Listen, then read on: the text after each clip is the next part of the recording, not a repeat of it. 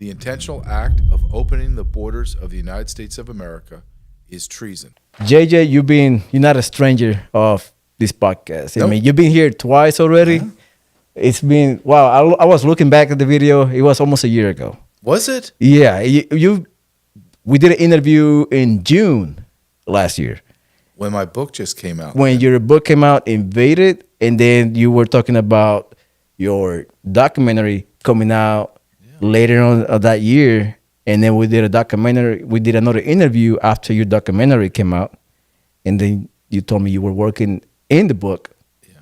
And then your second book came out, Treason, and it's just like happened very You know, fast. when you put it like that, I can't believe that it did that in a year. Yeah, That's hard to believe. yeah, it did. So for guys you guys don't know, JJ's been in the realm of the borderlands for 24 years, since 1997 all the way to 2021, if not Yeah, mistaken. That's right. And you did two books, a documentary from 2021 and now. Now I started writing my first book. I took a year off. So my last year in the Border Patrol, first I want to say before we get started, I love your setup in your studio. I'm very jealous. It's beautiful. This is what I aspire to be and have. So you should be very proud of yourself in the studio that you have, and the way that you conduct yourself professionally. My last year in the Border Patrol was Joe Biden's first year in office. I was a deputy patrol agent in charge, and I wanted to stay in the Border Patrol. If Donald Trump would have won, I think he won. He had it stolen. I would not have left. I would still be in the Border Patrol because I was one promotion away. You were in the military, so when you joined the military, I don't know. Did you have a career goal that you wanted to hit? Did you want to be a sergeant? You want to be a lieutenant? Did you want to get up and get stars on your collar? I wanted to go and be a patrol agent in charge. I wanted to have a border station under my command of about 500 men, and I was one promotion away, and I was within a year, maybe two, of hitting that. And so I'm resentful of what happened in 2020 because it robbed me of that. And it was a big deal to me to be able to get not just to get the promotion, to, hey, I'm a patrol agent in charge, but I love being leader of men, and I wanted that opportunity. So I left because I could not continue. I knew this was going to be act of treason because I saw it. I witnessed it the first year, first 7-8 months. And I told my wife, I said, I can't do this anymore. And I'm not going to do it because I know what I'm going to do. I'm going to sabotage it, and I'm going to cause problems, and they're going to force retire me. And I don't want to go out like that. But when I did leave, Julio, I left and moved my family to South Dakota, which I love South Dakota. And I removed myself from all law enforcement. I didn't want to, in particularly Border Patrol. So my wife would watch TV on Fox News and go, look, they're talking about the border, and I'd walk away. People would send me articles, I would delete them. My friends would call me and I would say, I want to talk to you about all the guys and laugh, but I don't want to hear anything about work. And they would start in work. I'd say, look, I'm sorry, I'm out. Because I could not tolerate it because I knew instinctively what was going to happen. So I stayed out for a year, and then someone found me through social media or something and asked me to do an interview. And I did an interview. And I got sucked all the way back into it, right? And my wife said to me, this was in about 2022, said, if you're going to do this, then you need to get in all in, right?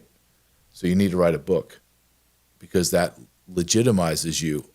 And it doesn't matter. I don't know if that's true or not. Like, I know it's true. It legitimizes you.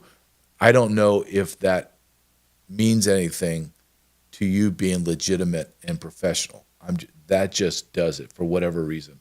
So I sat down, and I've never written a book before, and I sat down, and the only way I know how to do something is just sit down and do it and figure it out. And that book came out in July of 2023. It seems like 100 years ago. Yeah. But I did that book, and it was on a bestseller for a while on Amazon. And then you're right. Then I went right into two documentaries, and then this last book, Treason, that's up on your screen. I finished that the second week of January, like all my editing, and then I put it up on Amazon on February 19th. And for the last 3 weeks, it's been on the bestseller list. And why treason? I had to do treason was because I went back to the 4 years, the totality of everything that happened, and I had to lay it out and I didn't know if I'm going to sell 5 copies, 5,000 or 500,000. I don't know how it's going to play out, but I had to document what has happened. And the only way I know how to do that is do it through a law enforcement way. That, like, say I go get I get a load of El Chapo Guzman's load, his narcotic load in Santa Barbara. I get 8,000 pounds of narcotics. I got 30 people that are the mules. I got the load vehicles. I got everything. So now I get sworn statements. I get written statements from the agents. I get witness statements from the people that begin to roll on each other. And then I push that in and give it to the U.S. attorney and say, here you go. Here's your case. Now prosecute it. I did the same thing with treason. I said, here's everything that you need to know that happened. Here's their sworn testimony in articles they've written, in Sunday shows they did. Here's actual data from the government that supports my belief that this is treason. Here's what happened. And that's what my book is, to say, your federal government, my federal government, committed treason against America. And we can go through that, I'm sure, which we will. What is treason? What constitutes what they did as treason? But I believe in the depth of my soul, after doing 24 years in the Border Patrol and not doing like you were in the military. You know this. You can either be an administrative pogue and kind of maneuver your way up the ladder by never shooting a gun, never getting dirty, never doing anything, or you can go special forces. You can go, you're actually deployed and in battle. That's how I decided. I decided I'm not going to do administrative work. I'm going to do my job because I love that. So I did task forces. I rose up the ranks in being a hard-nosed Border Patrol agent, and I did things in the dark of night that people don't want to talk about, and that's fine. But I'm not going to apologize for the things I did to keep America safe. Because like in war, I'm not equating it to war, but in war, you do things, and people go, oh, that's shocking that you would do that. Well, you weren't there. You don't know what it's like. At 2 o'clock in the morning, you don't know what it's like when I have MS-13 gang members that are squaring off on me, and I got to punch them, and there's no one around to help me. So you don't. How about just tell me thank you, and then just go on your way? So after doing all that for 24 years and writing 2 books and doing a documentary series, I make the statement with complete clarity and certainty that the enemy of the United States of America is our own government. And I stand by that. And we're witnessing that in real time, Julio, with Donald Trump's executive orders, executive actions, and DOJ. Everything that we knew was going on and I could prove to a certain extent now is being completely validated.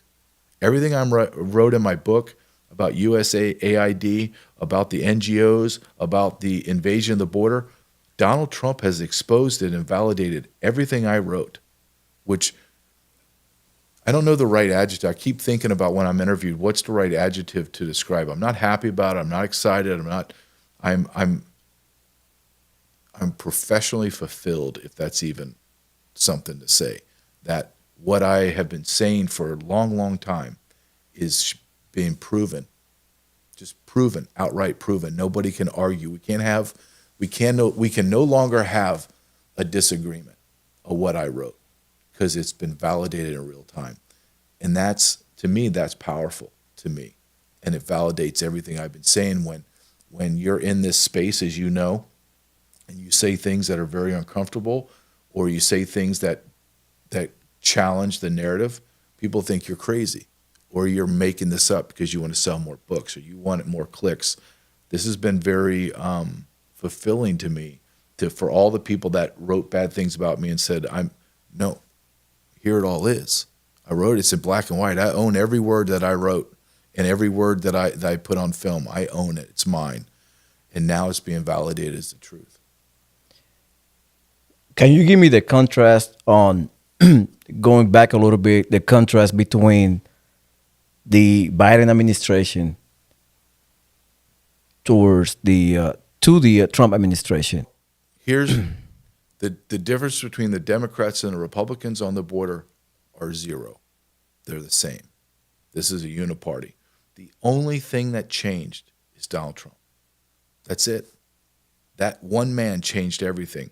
So let's go back to Donald Trump, his first term, and he's ending into where it's the last year, 2020, because I want your audience to remember that Donald Trump, as successful as he is now, he wasn't that way when he first came in 2016, because he had Paul Ryan had the House, the Republicans, Mitch McConnell had the Senate. We had the House, the Senate, and the President, all three, and we got nothing done. I remember I was there. I was living on the border doing this job, and we couldn't get resources. We couldn't build a wall. We had no manpower. It was a debacle. Why? Because the Republicans were blocking Donald Trump. Donald Trump was able to, after about 2 years, figure out Washington, D.C., and then became very aggressive. And I would say the last 18 months, last year, I could at least say in the last year, the arrests just started nosediving to the point, Julio, that we were arresting between 500 to 600 people a day in the whole entire United States. Northern border, southern border, both coastlines. No one was crossing. We couldn't believe it. I went from being in an organization, and I'm not talking about the boots on the ground, the guys. They're patriotic, incredible. However, if you have bad leadership, as you know, your company's going to fail. Border Patrol's no different. Army's no different. And we had horrible leadership that would not implement through Donald Trump until he was able to get all the pieces aligned, get the right Border Patrol chief in, Rodney Scott, who's now the new commissioner of CBP. So we had all that aligned, and all of a sudden it started clicking, man. We went from the worst team in the NFL or Major League Baseball to the champions that fast. People under Obama's time, we would drive through neighborhoods and stuff, and people would be illegal aliens. They'd flip us off, tell us to F off. Then, under Trump, we'd ride through the same neighborhoods, people would be running, because we were enforcing the law. Then we go right into Biden. Prior to Biden coming in, we began to see the swells of the caravans. Because in November, like everyone in the illegal immigrant world or outside of our country, think when our president gets elected, he becomes the president, right? But there's that gap between November and January. So between November and January, we began to see swells of caravans coming up. We would get our intel reports with pictures of people wearing T-shirts saying, "I love Biden." Because Biden, when he won, was, hey, everyone's welcome to come. Everyone that wants asylum, come. We'll give it to you. So we went from 500 people a day to over 5,000 a day on day one. 5,000. From the day Joe Biden took office to the end of his, not like it petered out, to the day he left, we averaged between 5,000 and 20,000 people a day arrested and released. So when you go back and I think about that, look, that was 4 years. That wasn't 4-year block of time 40 years ago. That was 4-year block of time that ended 2 months ago, not even 2 months ago. And then we began to do things that we have never did before in a 100-year history of the United States Border Patrol. In my career as a journeyman agent to a task force supervisor and then a senior leader, I saw at least 100,000 people arrested, minimum. I released 0 of them. 0. Because it's against the Immigration Nationality Act. It's against the law. Joe Biden, Border Patrol, arrested approximately 12 million illegal aliens. Now that number is small when you start adding up all the other stuff, but just what we arrested, and we released 95 to 97% of the 12 million. It was all against the law. Everything that we did was against the law. And who was the ringleader? Was the Secretary of DHS, Alejandro Mayorkas. And everyone thinks Alejandro Mayorkas fell from the sky. Alejandro Mayorkas was the director of USCIS, United States Citizenship and Immigration Service. They're a powerful organization within DHS and immigration. Then he became, under Obama's second term, became the deputy secretary, and then he's the secretary. And when you go back and you look at every policy decision, every new policy, every bastardization of the law, everything, one man had his hand in everything and created everything. He was the creator of all of it, Alejandro Mayorkas. DACA, prosecutorial discretion, parole, asylum abuse, catch and release, CBP One app. Hell, I can go on and on and on. Only one man did it. One man created all of it, and that was Secretary Mayorkas. And why do I pin it on him? Not only did he do it, but he is a naturalized citizen from the communist nation of Cuba. Now, are there Cubans here that are patriotic Americans? Absolutely. But when I look at a man that comes from a communist nation, naturalizes, and then destroys American sovereignty, I have to connect those dots. He's a traitor, an absolute stone-cold traitor. And I put in my book, Treason, where I don't use my words. Let's listen to Alejandro Mayorkas talk about what he's done to the United States of America. And he openly admits it like a brag. He's bragging. So you ask me, what's the difference? So you go from Donald Trump having the border 6 to 9 months into his second term in 2020, if he would have won, it's secured. It's locked down. To President Biden come in, I'm sitting at my desk, 94 executive orders his first day in office, piled down into my computer, stopping the building of the wall, stop the Muslim ban from terrorist nations, open catch and release. Everyone that's arrested gets released. No one gets sent back. And we do that for 4 years. And he signs 296 executive orders in year one, laying the foundation for the destruction of America's border. And then we fast forward to Donald Trump, his first day in office, not day 1,000, first day in office, the border shut down. First day. First day we go to 90% decrease in crossings. Now we're averaging 97 to 98% decrease from the height of Joe Biden. 200 people were arrested Saturday, 2 Saturdays ago. 200 people. 200 people on the southwest border. 200. That is every 10 miles, one illegal alien jumped the fence and was arrested for 24 hours. That's never happened. And he did it in day one.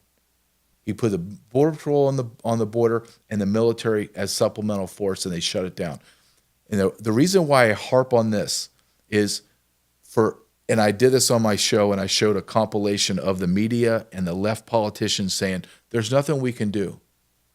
This is Congress has to act. The president can't do this, when they know damn well that everything that was happening on the border was because of the president and his executive orders and his orders to his secretary.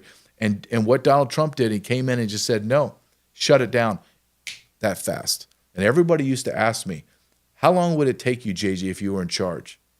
How long is it going to take the government? It's going to take months. I go, I will have it shut down within 24 hours. And they're like, you're crazy. You can't do that. It's not rocket science. It's about power and strength.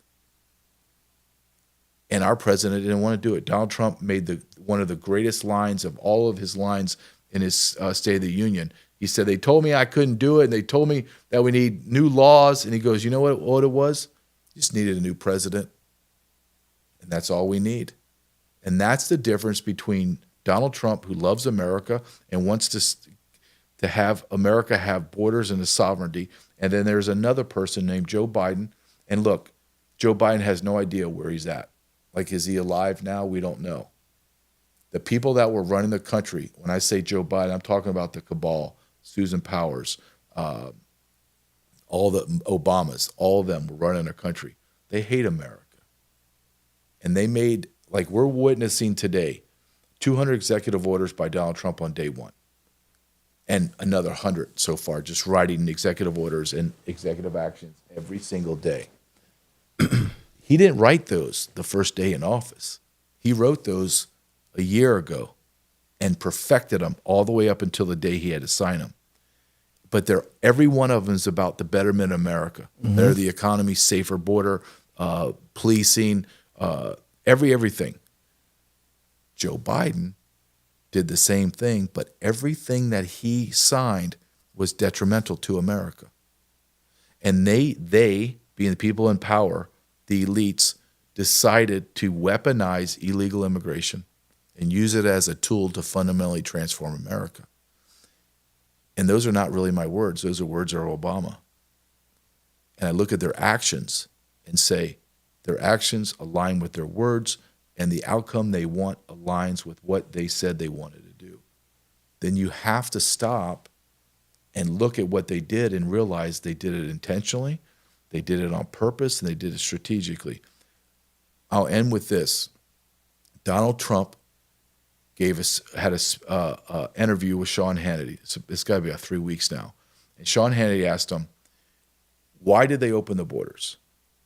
And Donald Trump had a very interesting answer. And he said, there's only two explanations.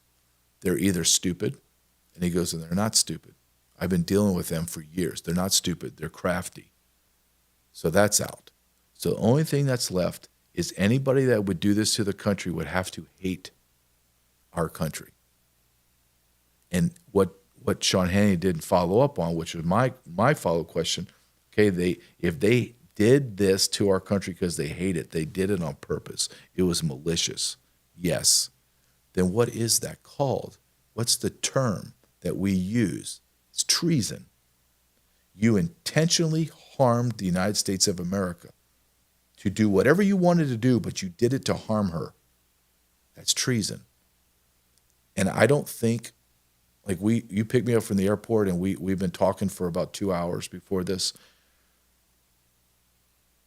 If there are not arrests, if there's not people paying a price for this, then this is all for naught. Mm-hmm. Because I'll ask you this question, or I'll make this statement. You make the contrast, which I do in the book. You make a contrast between Jimmy Carter, who just passed away, and Joe Biden and their administrations. No one would say that Jimmy Carter was a successful president. In fact, people would say he was the worst president in modern history, maybe ever, until Joe Biden came. So this is a great time to contrast.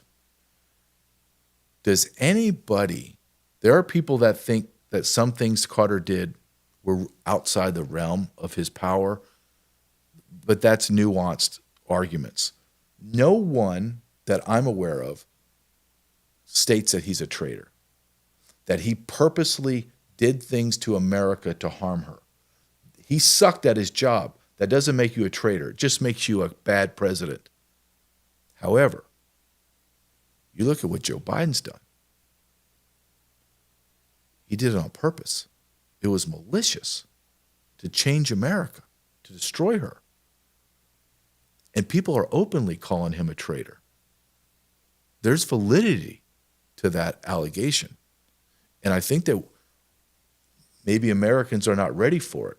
Maybe it might take 2 decades. Maybe it take 100 years for historians to be disconnected from the emotion and look back and go, holy smokes, America, do you know how close you were to losing everything?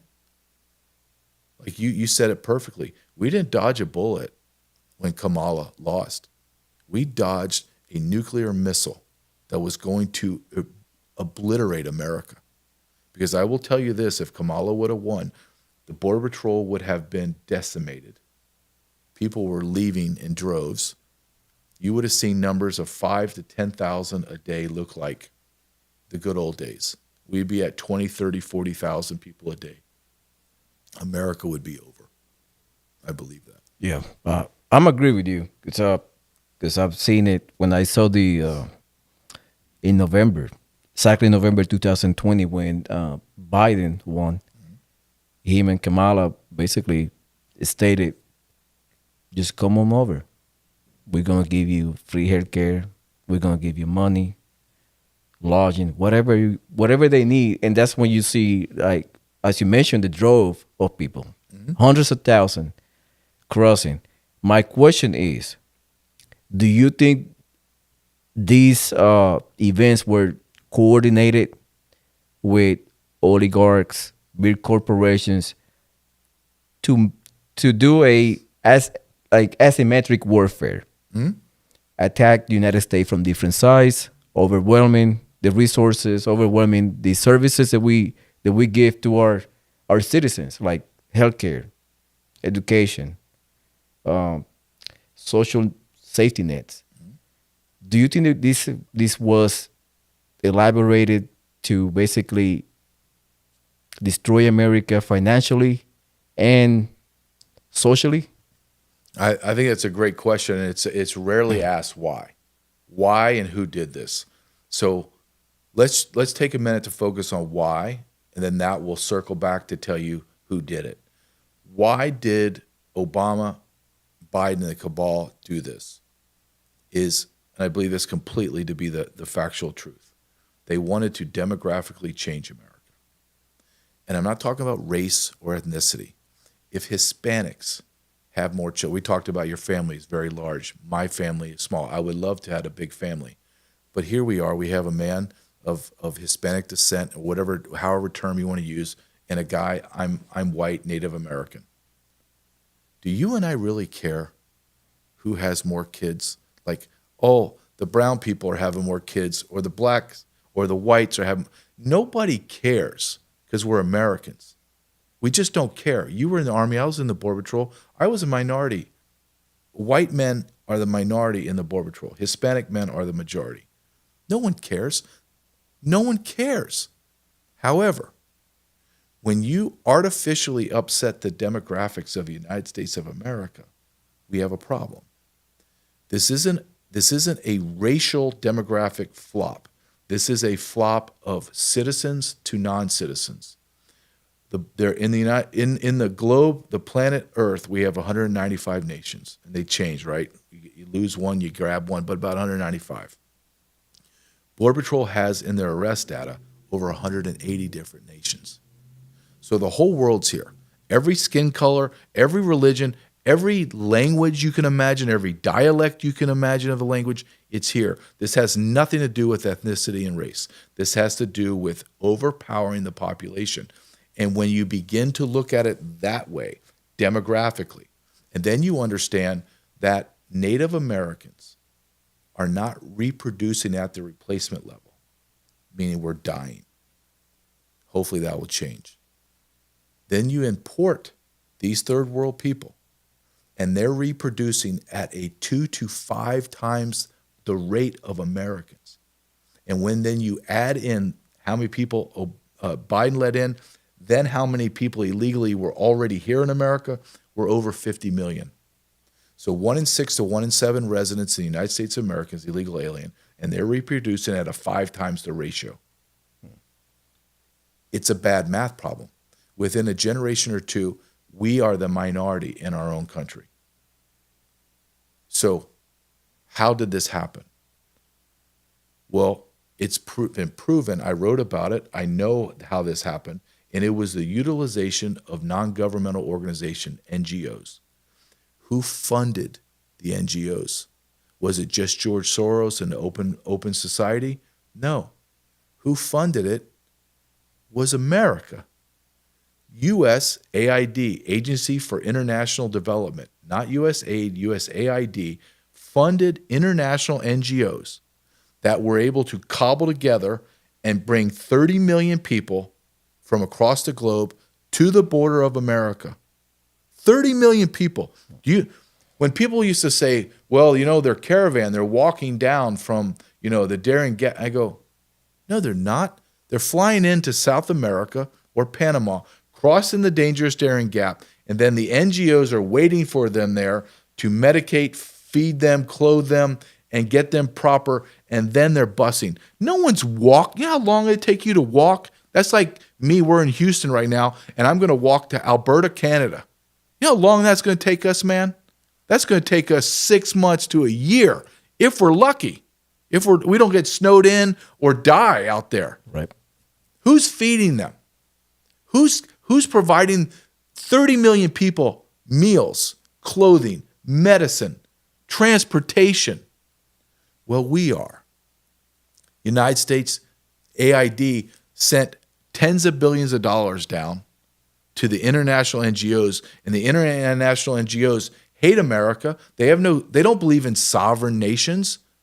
We paid the UN, who paid the IOM, who paid NGOs to bring all these people into America or bring them up to the border. Then our DHS, who has billions of dollars, washed the money clean through FEMA, and FEMA gave it to the NGOs, the Catholic Charities, the Jewish Family Services, HIAS, Lutheran Family Services, and all these domestic NGOs that have international ties, so their international brothers and sisters, brought them to the border. The domestic half of the other side of the NGOs brought them into the interior of America. They planned this out. Look, I went and wrote my first book, Invaded, and I went and did background and research. I flew to San Diego, and where I used to work, and because I knew the people that can get me in and talk to people off the record, et cetera, et cetera. And I'm writing this book, and I remember thinking, this was a year after I left, and this is what I thought. This is a catastrophe. This is abomination. However, they, the Border Patrol, and they, the NGOs, don't have their act together.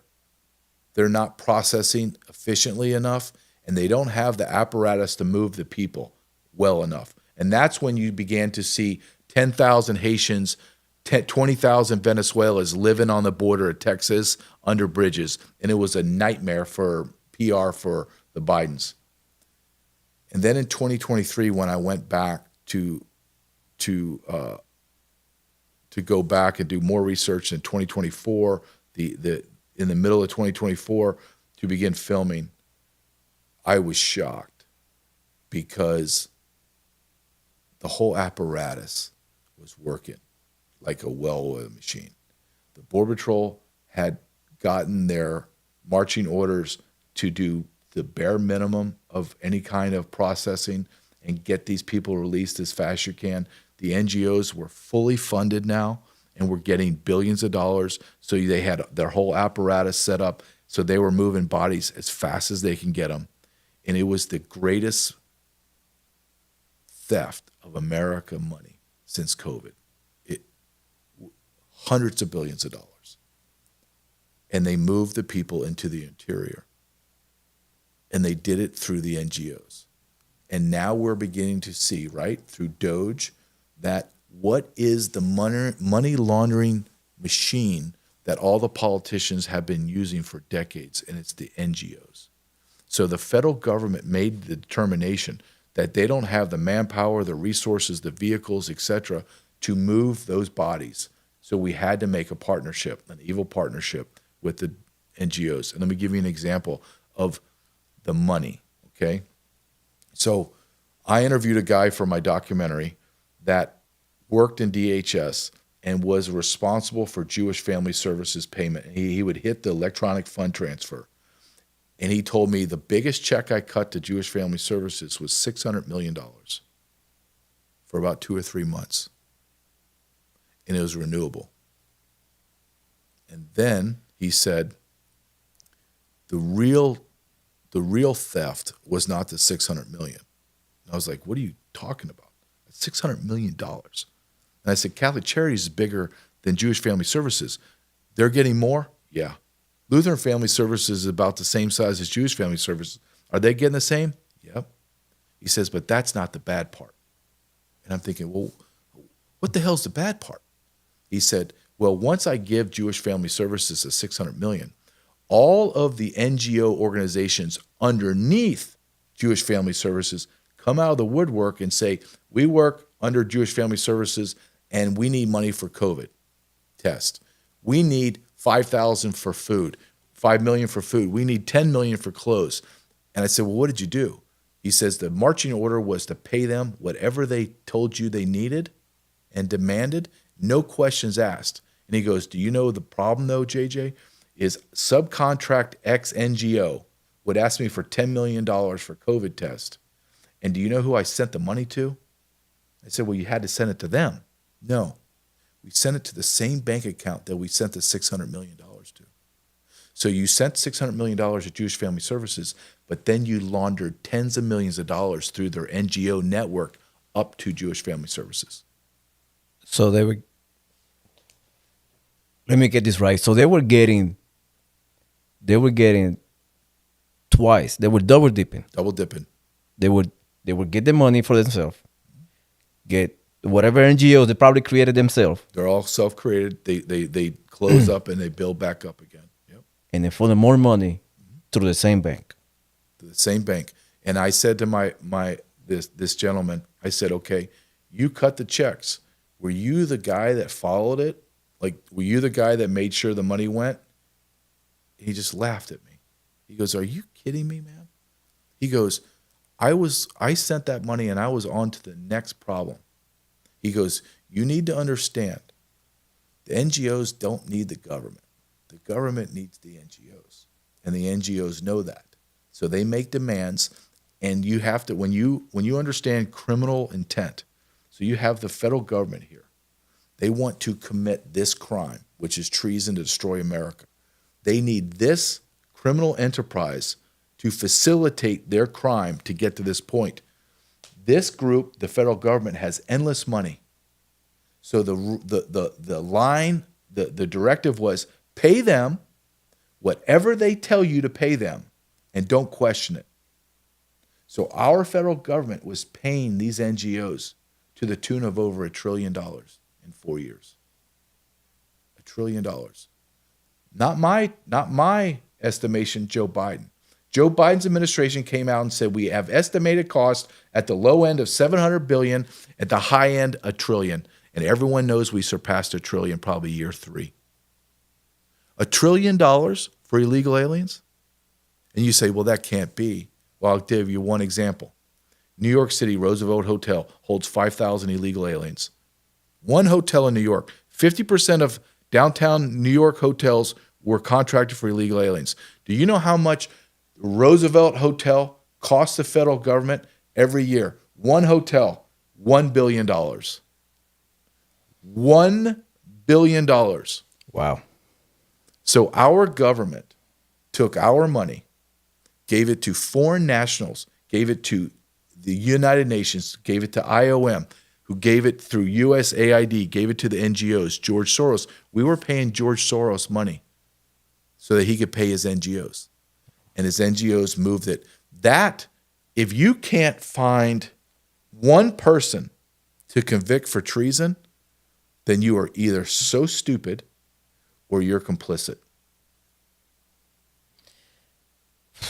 That's deep. That's very, because once you, like, you're right. Once Trump came in and Dodge came in, kind of like pulled the curtain on the scheme that they had, and people now realizing, like you were mentioning, all the SNGOs like Ties, Ford, all those organizations, all of them, Catholic Charities, Catholic everyone. Church, all they were interconnected to each other. They were pulling money out of the treasury, and they just like no accountability, no oversight at all.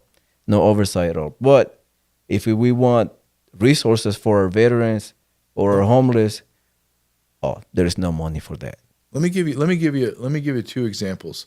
One is North Carolina, right? They're living in tents. Still. Kristi Noem, through Donald Trump, cut off all money to NGOs. That was the smartest move. Cut it off. That stopped it. The whole machine. It's like driving a truck and you're going across country and you run out of gas. No matter how great or beautiful your truck is, it ain't going anywhere. Same thing with NGOs. If they're not funded, they come screeching to a halt and they just dissolve. They just run away. Stop the NGOs. FEMA was directed to give no money to NGOs. What does the COO of FEMA do? 1 week after that directive comes out, she secretly siphons $56 million to New York City to pay for illegal aliens. You're telling me $56 million couldn't build a giant town or city in Asheville, North Carolina, where those people are devastated? Come on. Then you go down and you look at HIAS, Hebrew Immigrant Association, something. I hate all these, but it's HIAS. It's a Jewish NGO. Do you know who was on the board of HIAS prior to Biden getting into office? His name is Alejandro Mayorkas. The secretary of DHS was on the board of HIAS. So he was in it. He was in it. And who came out smelling like roses and getting billions of dollars? HIAS. Are you telling me that didn't have impact on that? He was on the board of HIAS. And then he funnels hundreds of millions, if not billions of dollars to HIAS. And then when HIAS gets found out, they're down in the Darien Gap helping all these illegal aliens to come up. They start tearing down all of their facilities. Mayorkas, this goes back to the great investigative journalist Michael Yon, is down in the Darien Gap in April of 2022. He has drones up. He's like he's a former military special forces guy. He's got all the gadgets. He has his drones up in the Darien Gap because he's seen the inordinate amount of people crossing the Darien Gap going to America. So he goes down there to test it.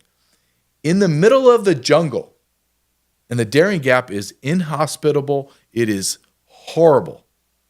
He sees Black Hawk helicopters landing. He's like, what in the hell's going on? Throws his drones up. Guess who is landing in the jungle in Darien Gap in April of 2022? Alejandro Mayorkas. What is the Secretary of DHS doing in the jungle in Panama? Well, he was there to oversee billions of dollars of building facilities to help make the journey of illegal aliens more safe and more efficient. Fast forward to 2024, Alejandro Mayorkas is on the ABC Sunday show. I believe I have it in my book, ABC Sunday show, and this is one of many times that he openly admits, yes, we went down there and we built brick and mortar buildings in 4 to 5 different countries to facilitate illegal aliens' journeys to be more efficient. I first saw that the first time. I knew it was factually true, but to hear, it's like somebody went and committed a triple homicide and stole hundreds of millions of dollars and then admits to it. On national TV? And no one says anything. That's treason. You facilitated a crime in our country. And why is he not arrested yet? If I have a lot of questions I would like to ask Donald Trump. I would love to interview Donald Trump on a multitude of reasons because he's a fascinating man.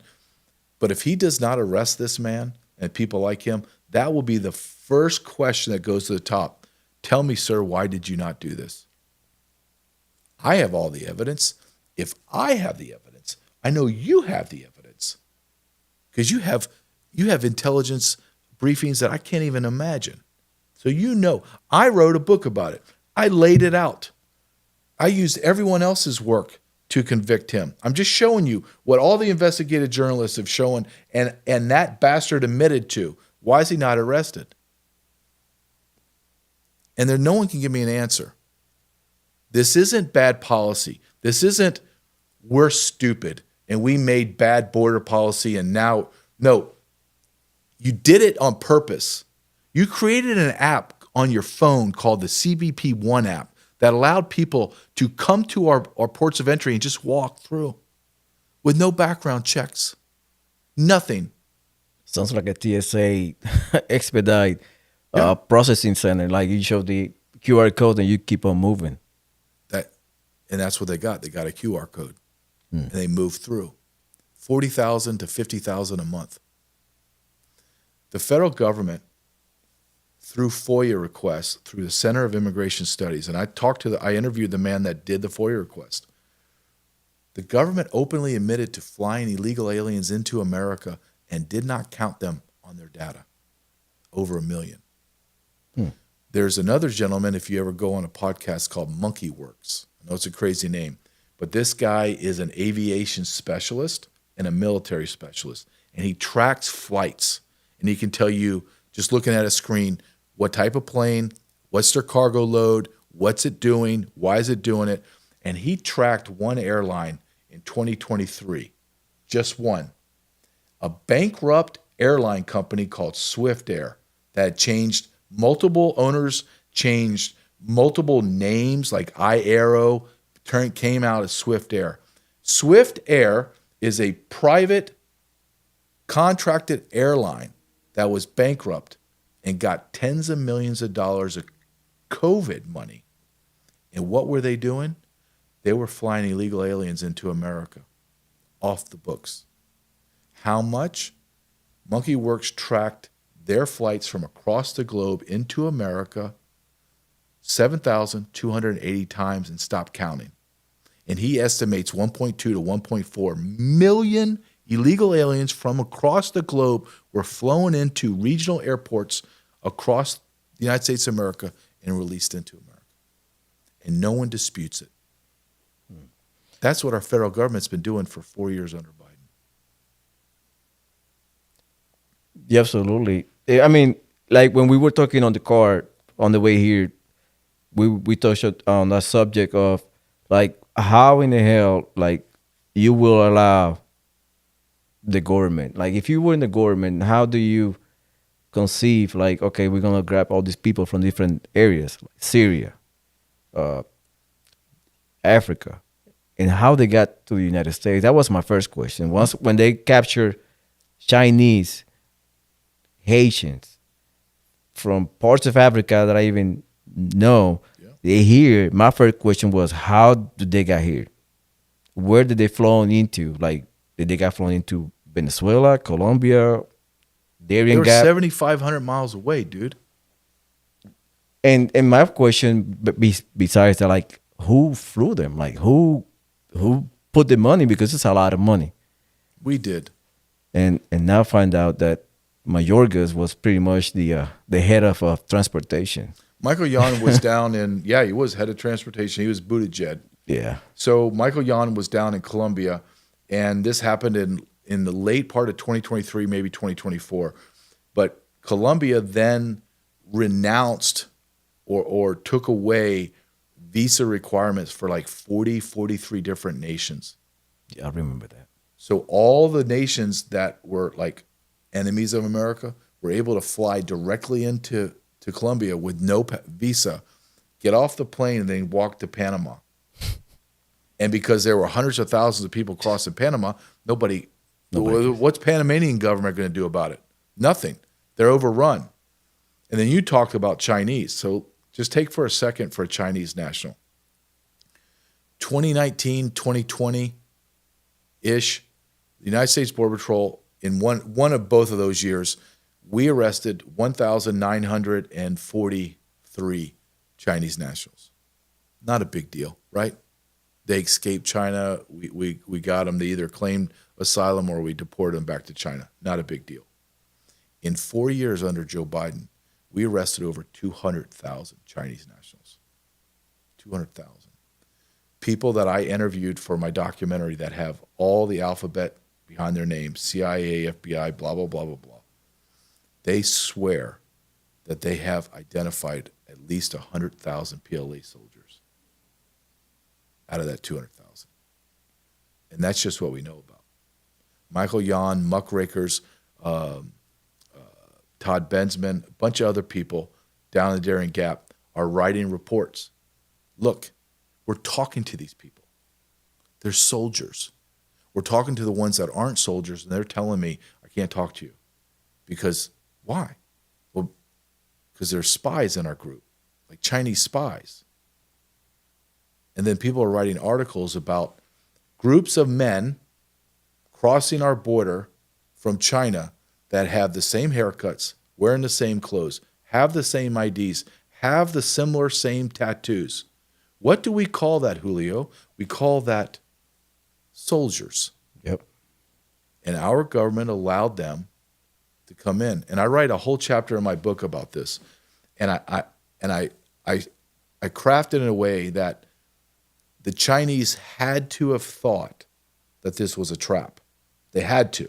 There's no way that the federal government of the United States of America was allowing us to be able to smuggle our soldiers in. And worse than that, once our soldiers got in, those Americans were going to, at their cost, fly our soldiers to wherever we wanted to station them in America through their NGOs. Better than that, they're going to house our soldiers. They're going to give us spending money. They're going to feed us. We don't have to do anything. When you were in the military, you went to Iraq. There has to be supply chain. Mm-hmm. How are we going to feed these guys? How are we going to get them water?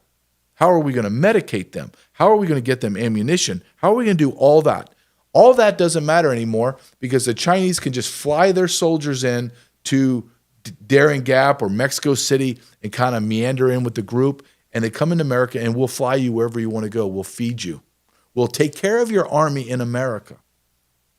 And that's happened. And if you don't think that's happened, you're a fool. We opened our border. Our enemies have attacked our border. So think of it this way. You asked earlier in the interview, well, what's the end game? How does this really hurt America? Our enemies. How do you think China and Russia and Iran and everyone else, do you think they want to have a real normal war? Like, here comes our battleships against your battleships. Here's my battalions and your battalions. No, the best those nations could hope for, the best outcome is mutual destruction. That's it. They're not going to win. They know they're not going to win. We probably will win, maybe not, but we're going to at least destroy everybody. Or here's an idea. Why don't we just move our troops into their country and eat them from the inside out? And you're not going to, I had a friend that we did podcasts for over a year. His name's Brian O'Shea. He was a special forces, embedded with special forces, an intel, like a CIA kind of guy. And he was in charge of propaganda, all that. And he's a China expert. And he said to me, he said, JJ, you got to stop looking at these Chinese soldiers as we're going to go into a regular war. We're not going to do that. They're going to be small groups with a sergeant, about 7 to 8 or 9 soldiers. And they're not going to know what those other group are. They don't even know they're here. They don't know them. They're going to have a very specific target, and they're going to hit it. And their job is to do surveillance, get their weaponry, get their ammunition, get their go vehicles, get it all lined up, and they have to be ready for a go date. And I said, okay, well, what does that look like? He says, okay, I'm the PLA soldier they sent. I'm the sergeant. I got my boots. We're going to hit JFK Airport at 7 o'clock in the morning on a Tuesday, where everyone's busy. We're going to go in there with our long arms, and we're going to kill as many people as we can. Then we're going to extract ourselves because we're not going to blow ourselves up. We're not Muslim extremists. And then at the same time, another 100, 500, 1,000 different units are going to do the same thing. They're going to hit our grids. They're going to knock down everything. Total chaos. You don't think that's possible? Of course that's possible. Then I'll go one step further as we talked prior to coming on. We're talking about you being stationed in Oklahoma. I'll take 2 states, but this is happening across America. You got Maine and you got Oklahoma. What does Maine and Oklahoma have in common? Nothing, except they're both run, their marijuana grows are both run by Chinese nationals, illegal aliens. They have 270 marijuana grows identified in Maine, and they're not doing anything. And they're all protected by illegal alien Chinese. There are over 3,000 marijuana grows in Oklahoma, all run by Chinese national illegal aliens. It's about a $40 billion a year business. And why is this important? Just like my former co-host said, this is important, JJ, because this is a cash crop. China doesn't have to finagle wire transfers and get ensnared in the financial transactions to buy weapons, ammunition, food, all that. No, they have billions of dollars of cash that they can use here in America with no transactions and do everything below the radar. And it makes sense when you begin to look at the totality of what has happened. I believe America has never been this vulnerable in the history of our nation. I believe that. And when you start to go and dig in to what I know and what people like Todd Bensman and people that are experts on Alejandro Mayorkas, it's going to shock you. It's going to scare you. And if you're not afraid, then you just are oblivious to what's going on. I really believe that. Now that, and on the same token, you're talking about China probably attacking us on our weakest day. They would say, if they preparing now, China is notoriously known for playing the long game. Mm-hmm. They love to play 10, 20 years ahead of us. Do you think China will hit us before 2030? I don't know. We are speculating here, but yeah. Let's say let's say how do you know? So that's 5 years from now. What the hell's going to happen in America in 5 years? I don't know. We have the enemy in. So you're saying they're playing the long game. But if you're China, don't you have your guys, like, you need to be up and ready by 2023. Like, you're going to live in America and you're just going to wait. And it might be 10 years, dude. It might be 10 weeks. I don't know. Get ready, have your target, and constantly surveil, constantly do updates and get your get your papers ready, everything ready to go. Your op plan. Now wait. Then we're going to wait. Do they feel threatened by Trump and figure, okay, we got to go now? Is America weak? Our economy's crashing right now. What's going to happen? Does Russia, China, and Iran completely align and think to themselves, this is the best it's going to get. We need to go. We're already there before they start deporting all of us. I mean, let's look at another massive issue is in 4 years, Joe Biden arrested over 200,000 special interest aliens. Those are terrorists, and released them. Released them into America. I'm telling you that you can times that times 5 and you get to a real number of about 1 million terrorists in America. That's the truth. Let's say that I'm wrong, and let's just go off of data from DHS. 200,000 they admit to. What did Tulsi Gabbard come out and say 3 days ago? Tulsi Gabbard came out on the border and said a subset, not the whole set, a subset of terrorists from Central Asia were arrested by the Border Patrol, and Joe Biden detained and deported 8 of them. 8. They confirmed over hundreds were terrorists. I'm telling you, all of them were. Just go off of them. At least 400. What happened to the 392? He released them into America. Tulsi Gabbard was then, later that night, on Laura Ingraham show, and she said, when I first heard this, I thought this was like a sick joke. Like somebody's just feeding me garbage. And she said, when I understood that it's real, I am shocked. This is happening. This 4,000 subset. We're talking about hundreds of thousands of them in our country. Let me give you another example. Sarah Adams, I think her name, Sarah Adams, wrote the book on Benghazi. She's a terrorist tracker. Yeah. And she was on Sean Ryan's show. And Sean Ryan had to pause his interview because what she said was so outrageous. But I'm watching it. It wasn't outrageous to me. I was like, damn, I've been saying this. And what was her statement? She said, we know for absolute certainty that at least 1,000 Al-Qaeda terrorist fighters are here in America. They're outfitted. They've already trained for their targets, and they're just waiting for the go. And Sean Ryan paused it and said, I need you to say that again. Are you telling me with 100% certainty that that's true? And she says, yes. And she says, I think it's more. But that's the number we know for certain. And we know ISIS embedded in there. She goes, and what's the difference between ISIS and Al-Qaeda? ISIS is just going to blow themselves up. Al-Qaeda is going to do what we talked about with the Chinese PLA soldiers. They're going to attack and then withdraw, attack, withdraw. Everyone's screaming what you and I are talking about. Christopher Wray, in 2023-ish to 2024, gave a speech at the National Sheriff's Convention, over 3,000 sheriffs.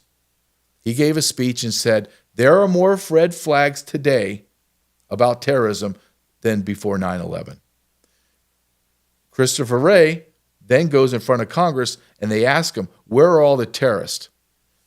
Mayorkas was to his right, and he looked at Mayorkas and said, I have no idea. There's so many of them. You have to ask him. They don't know. They don't know how many. It's beyond their capacity. Let me make it a little, this is not anecdotal, but I want to give you a snapshot. So the cartels on the border run everything. If there's a group of people that cross, say, Del Rio, Texas, they were Haitians and Venezuelans. Why? Did anybody ever ask, why is it just Haitians and Venezuelans? Well, because the cartels determined that that is the crossing spot for Haitians and Venezuelans. San Diego is the crossing spot for Chinese nationals. That's where a lot of all the Chinese cross in San Diego. The other spot in San Diego was Imperial Beach, where I worked. And they determined, and it changes, right? This isn't just like 4 years they're doing it here. They just change their locations and who's going to be dropped certain where. For Imperial Beach, for a good solid 2 to 3 months, was only people, single adult military-aged men from the continent of Africa and the Middle East. And my buddies were sending me pictures of a group of 1,500 living on our side of the border. On our side, we didn't have the personnel to go arrest them. So we would arrest 500 at a time, take them to the station, process them, and I'd say, what did it look like out of 500? Out of 500, we had 50 confirmed terrorists. So they were staging. They were staging in Tijuana. And filter them in. So you had 1,500-ish. The Border Patrol would take 500, and then the cartel would drop off another 500. And they would literally get in line to be brought in. My buddies were sending me pictures and videos and saying, look at these men. They're all terrorists, dude. They're all special interest aliens. They said they were recognizing on the database 50 a day. They were determined 5 of them were known terrorists. I said, well, what would you do with the other 45 out of the 50? We would release them. Where? Into America. Well, what would you do with the other 450 that were all single adult military-aged men from Sudan, Yemen, Afghanistan, whatever? Well, we release them too.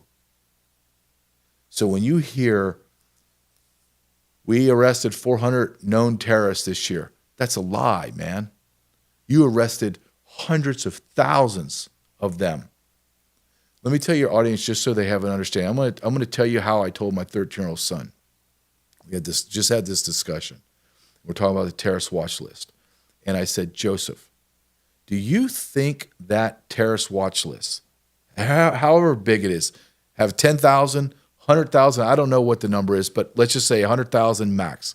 I said, do you think the government was able to determine every single terrorist on planet Earth and put them into this list? And my son thought about it. He goes, well, no, that's absurd. I said, that's the point I'm trying to make, Joseph. There's 8 billion people on planet Earth. To assume that the terror watch list is all consuming is to make the declaration that our government with the European law enforcement has identified, interviewed, and vetted 8 billion people. And we brought it down to 100,000. I said it's absurd. So in the Sudan or Yemen or Afghanistan, there's terrorists everywhere. They're what we call terrorists. They just call themselves freedom fighters. They're terrorists. So when I joined that group, I'm not running to the U.S. Embassy in Afghanistan and saying, hey, my name is Mohammed Sheikh. I need you to put me on the terrorist watch list. I joined the group. That's the absurdity to say, I just had 500 men that I arrested today in Imperial Beach, California, and put them through my system, but they're not terrorists. Don't worry about it. We vetted them. You vetted against what? You vetted, when they tell you they vetted someone against the FBI database and DHS database. If Mohammed from Sudan has never been on the radar in Interpol or ever been in America, he's vetted clean. Why? Because he's never been here before. Yeah. That's the absurdity. That's the lie they've been telling you, America. So when I tell you there's 1 million terrorists, I'm telling you there's 1 million terrorists, minimum. Joe Biden, in his arrest data, in 4 years, arrested 12 million people. 60 to 70% of the 12 million were single adult military-aged men. Outside of the 12 million, the government admitted to losing 3 million outside of the arrest. That's a lie, but let's just go off of that, 3 million. Now we're at 15 million. They admitted to bringing at least 1 million to 2 million in through the CBP-1 app. Now we're at 17 million. And then another million they flew in on contracted charter flights, 18 million. 18 million they admitted. That's 4.5 million a year came into America over 4 years. I'm telling you the number of 3 million getaways is a joke. It's closer to 15 to 18 million. We allowed into America 7.5 million people a year for 4 years, equaling 30 million people.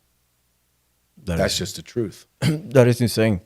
It's insane. And my question, follow up on that, is, what do you think about Eric Prince proposing privatizing illegals and basically do it for I believe he said $25 billion, but he's promising basically he's promising results. He's promising results. Yeah, he put a number out there. He said 500,000, something like that. But his price tag, he wants between 25 and 50 billion. 50 billion. And he said, I will have planes flying out day and night. Day and night. Do you think that Donald Trump should take that and negotiate it? Yes. And what is your thoughts on that? Because I would. Okay, let's look at the success rate right now since Donald Trump has taken office. And I'm the biggest Donald Trump supporter, and I'm the biggest Tom Homan. He's the border czar. I'm the biggest Tom Homan fan. They are averaging between 1,000 and 1,500 arrests a day. That's nothing. Let's say it's 1,500, high end, 1,500 arrests.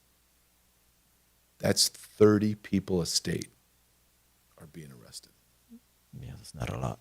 It's nothing. It's inexcusable. The reason why Tom Homan can't get that to 10 to 15,000 a day, that's what the number needs to be, because he doesn't have the manpower, he doesn't have the funding, and the apparatus to move them out is not here anymore. Eric Prince comes in and can privatize that and work underneath Tom Homan. I say absolutely do that now. Now. Do it right now. Let me tell you, I think Tom, and I'm from the outside looking in. However, I have people inside that are telling me that I'm correct, but I don't know for 100%. So I want to put that out there. And I'm the biggest Tom Homan fan. I'm looking at it from a former senior leader in the Border Patrol, and I see a missing piece to his puzzle. And his missing piece is he doesn't have lieutenants driving the mission. We have Tom Homan, Christy Nome, then we have a bunch of people doing the job. These bunch of people you need another 10 times them, but you have no middle level. As you know, in the military, who's doing the work? The grunts and the sergeants. But who's driving the mission of the sergeants and the grunts are the lieutenants. That's where the real world war happens. The generals and all that, the money and strategically placing battalions, I get that. But the guys that win the war are lieutenants down. Do you agree with that? I agree. Same thing in law enforcement. You got the beat cops, the Border Patrol journeyman agents, you got the ICE agents, you got the supervisors that are running those guys, those smaller groups, but then you got the lieutenants. We call them watch commanders in Border Patrol. The watch commanders and the second line supervisor, ICE. Those are the men that are driving the mission, that are making sure they're driving the mission from up top down, and then the problems that come up from the front line hit the lieutenant. Lieutenant goes up top and says, I need X, Y, and Z. It comes back down, and that's the flow. You remove the lieutenants, now you got this flow, and it's just going, and then nothing's coming back up. So we're missing this lieutenant base. And I'm not saying he has to hire me, but there are hundreds of men like me that have done the job, that know how to do it. Why are they not being called? Why are they not being consulted? Why are they not being hired to do this? For example, you need about 100 to maybe 150 lieutenants, and you get 3 lieutenants per state. You get 100 men. You get 200 men. You get the sheriffs. You get National Guard to go take care of it. If it was me and I got New York, let's say I got the state of New York, the very first day that I'm in charge, I have my National Guard, I have my 100 men, and I'm going to encircle a neighborhood called Clinton neighborhood in New York City. In one city block, there's over 6,000 single adult military-age men living in shelters in one city block. I encase that city block at 3 o'clock in the morning. I get my spotlights, shine it, and then I systematically bring them out as I got guys on Humvees with their 50 cals, and I'm locked and loaded, and I bring these people out one by one, and I have buses waiting for them, and I'm processing them as I'm putting them on the bus, and the bus is driving to a military air base, and I'm flying them out. I'm going to arrest and deport 6,000 people in 24 hours. Are you telling me that doesn't send a massive message to everyone else in America illegally? We're coming for you. I have my army. I'm coming. And I go from there. The next day, I'm at the Roosevelt Hotel, 3 o'clock in the morning. Get out. And I arrest 5,000 men, women, and children, and they're on planes and they're gone. That's how you have to do this. And anything else is not acceptable. It's not. And I have to question, I'm going to be honest, if I'm going to be fair, I have to question, why are we not doing this? We're sending in, and I understand why, we're sending in 10 armed officers for one illegal alien in an apartment complex. And I understand why Tom Homan's doing that, because you're going into enemy territory. Because of these sanctuary states and cities, they won't allow us to arrest them in detention facilities. So now we have to go to their homes into apartment complexes where there's fatal funnels all over the place. They have the high ground on you so they can just pick you off. I understand that. However, instead of going after one and getting 500 in a day, why don't we take all those people and let's go get those 6,000 men that are raping, murdering, and pillaging New York City? And Donald Trump is pissed. How do I know Donald Trump is pissed? Am I in those meetings? No, I'm not. But within 30 days, he fired the acting ICE director. Fired him because he said the numbers are too low. you're fired. So I know there's angst going on. I know Tom Homan, from what I heard, that he's upset, that he's frustrated, and you can see it in his face when he's giving interviews. He's losing weight like crazy. Yeah. He looks frustrated, angry, because he doesn't have the resources, and his name is tied to this. And right now, I would say this is failure.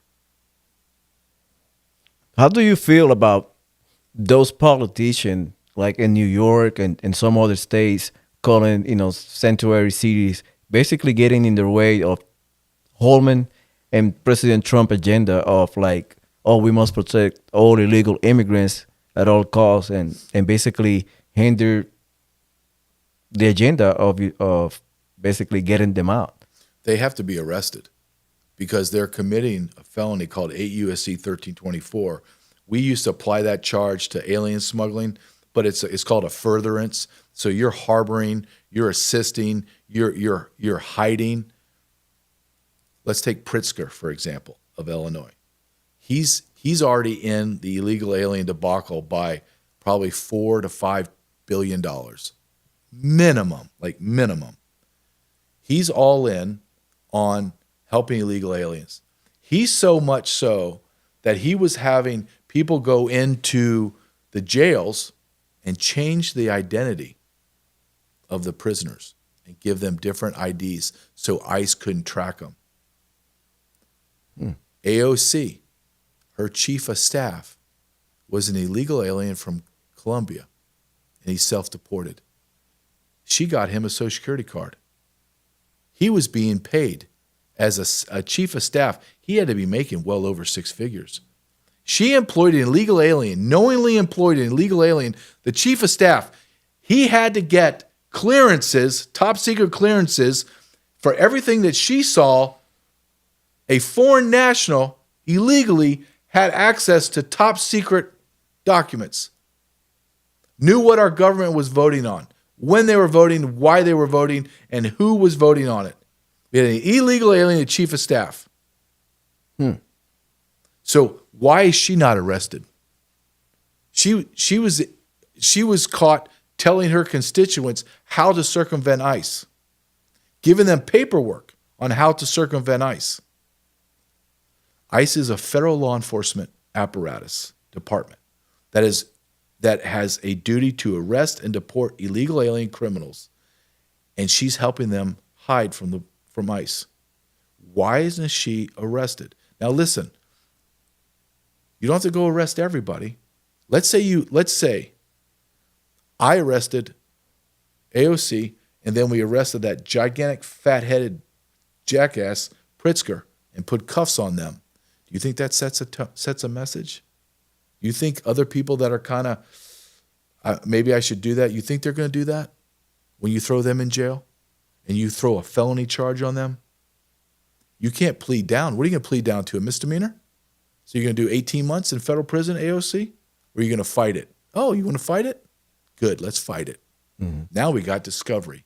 Now we got the AOC saga playing out. Pritzker, the fat Pritzker, lost 100 pounds in prison as he's waiting his trial because he's stressed out because I got a felony charge on you.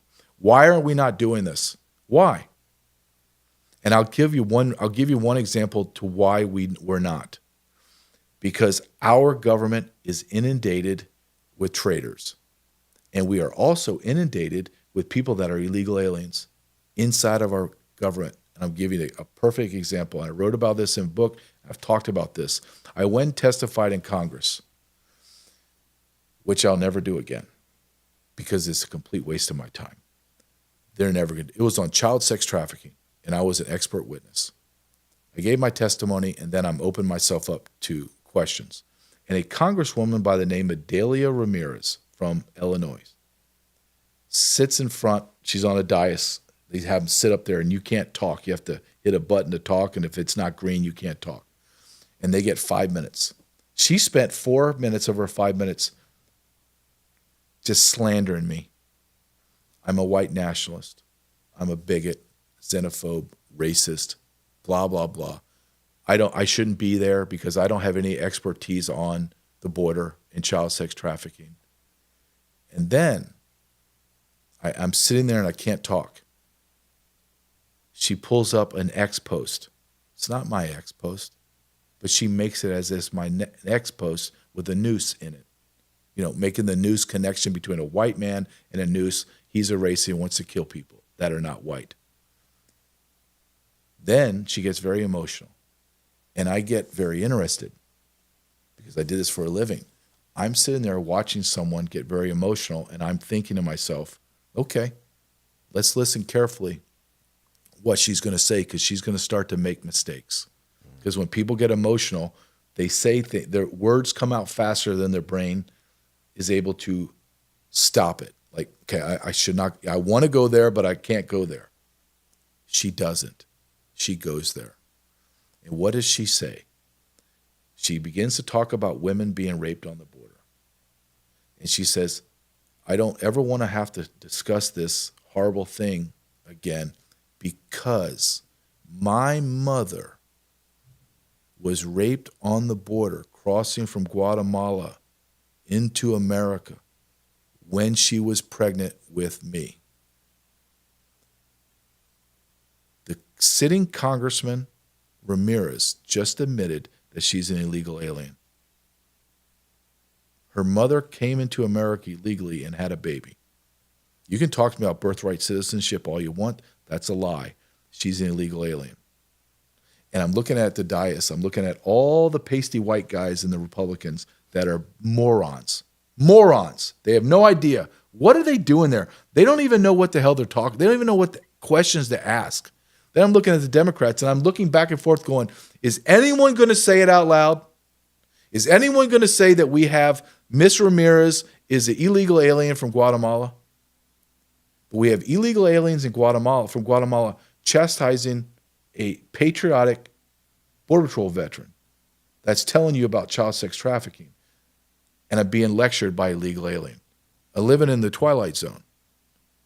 I do research for my book because I talk about a whole chapter on me doing the congressional testimony. Dalia Ramirez is married to an illegal alien. She's married to a criminal. Her family members the majority are all illegal aliens. I did a cursory search through DHS.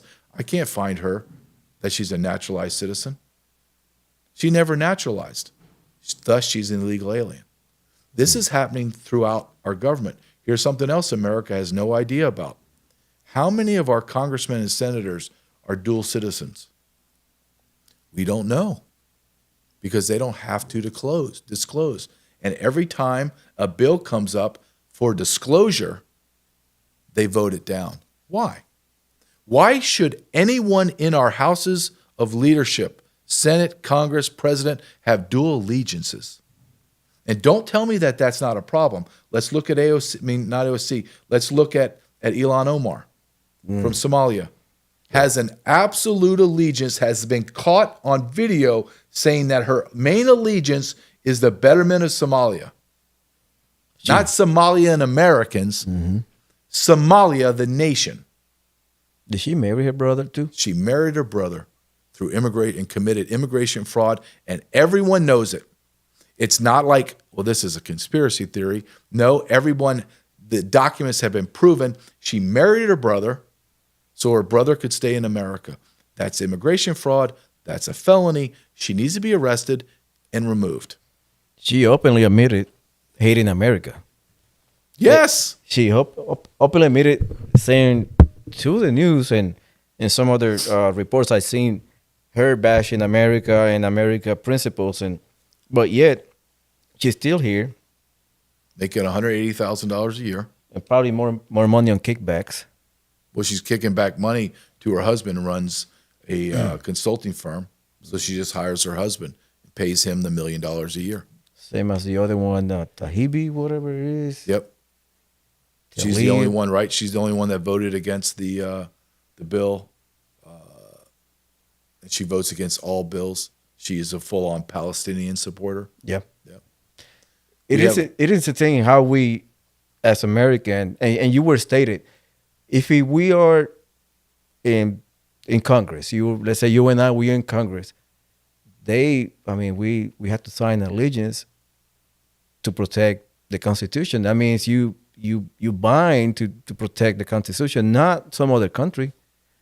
When you sworn in, you sworn to protect the Constitution of the United States, not Somalia, not the Palestinian. But shouldn't we make an individual? Shouldn't every American not be allowed to have dual citizenship? Shouldn't you or if you even want to fight me on that, shouldn't someone that is in elected position in federal service, shouldn't they be required to renounce any allegiance to any other nation? I think that's a fair ask. Yeah, I'm agree. Absolutely, they should be only align themselves to the United States and their constituent, not nobody else. But we have that in spades in our Congress. We just do, and it's a lawless. Look, when I've been to Washington, D.C. many times. You ever been to Washington, D.C.? I'm planning to. Okay. Everyone has to go. And this is the overriding feeling that I have every time I go there. And it was very powerful this time because I'm going into Congress. I'm driving over a bridge. My Uber driver's driving over a bridge, and two things hit me right off the bat. First, wow, this place is beautiful. Like, it is powerful. Everything's marble. Giant statues, monuments everywhere. It's beautiful. Like, wow, look how beautiful this is. The second thing that hit me is, dear God, I can feel the power. Like, you could feel the power. Our founding fathers never, ever wanted a centralized government like this. Some wanted a centralized power to control, like have some continuity with the states. But the vast majority wanted no central power. And the ones that did want central power never envisioned central power like this. All of the power in the country is in one place. That's the absolute worst thing in the world. Donald Trump he's destroying the Department of Education. It's being dismantled. Mm-hmm. I believe he's destroying the USAID. He'll go through some other stuff. Once he figures out what needs to stay, they need to be scattered across America. Department of Agriculture, why is it in Washington, D.C.? Why is it not in Nebraska? Department of Energy, okay, where we produce the best energy? Alaska. Okay, go. You want to work in the Department of Energy? Go live in Alaska. Don't? Okay. So now you don't have a centralized hub of power where they can be incestuous and go work for each other and make deals. Now, if I want to make a deal with Alaska, well, I'm going to have to fly to Alaska. I'm going to have to Zoom call. I'm not going to have a buddy-buddy relationship. Our republic is no longer the republic of our founding fathers. I believe that. There's no way it is. And we are seeing abuses, and the way that the Biden administration and the cabal behind them, I really believe, Julio, that they got impatient and they did a risk analysis and said, we can't wait to upend the demographics. We have to completely upend the demographics as quickly as we can and cause as much chaos as we can, economic chaos, societal, cultural, everything, destroy it. And that's what they did. Because when somebody might push back on me and go, well, they're just, what do you mean? And I go, okay, who's easier to change? Someone like Julio and me that read and write English, understand the Bill of Rights, understand the Constitution. You can't take my First Amendment. You can't take my Second Amendment. You can't take my property. I have the Fourth Amendment. You can't do search and seizure. How hard is it going to be to convince 100 million, 200 million people like us to completely change to a socialist, communist, centralized power tyranny? It's never going to happen. It's just not. You live in Texas. How many Texans are going to give away their guns to the federal government? Zero. Mm-hmm. It's not going to happen. However, if I bring in 30 million, 50 million illegal aliens that are illiterate in their own language, not illiterate in English. They can't read or write in their own language. They're 100% dependent on federal services to survive, not to get up and get better, to survive. Have no idea what a republic is. Come from third world hellholes that are tyrannical, communist, socialist hellholes.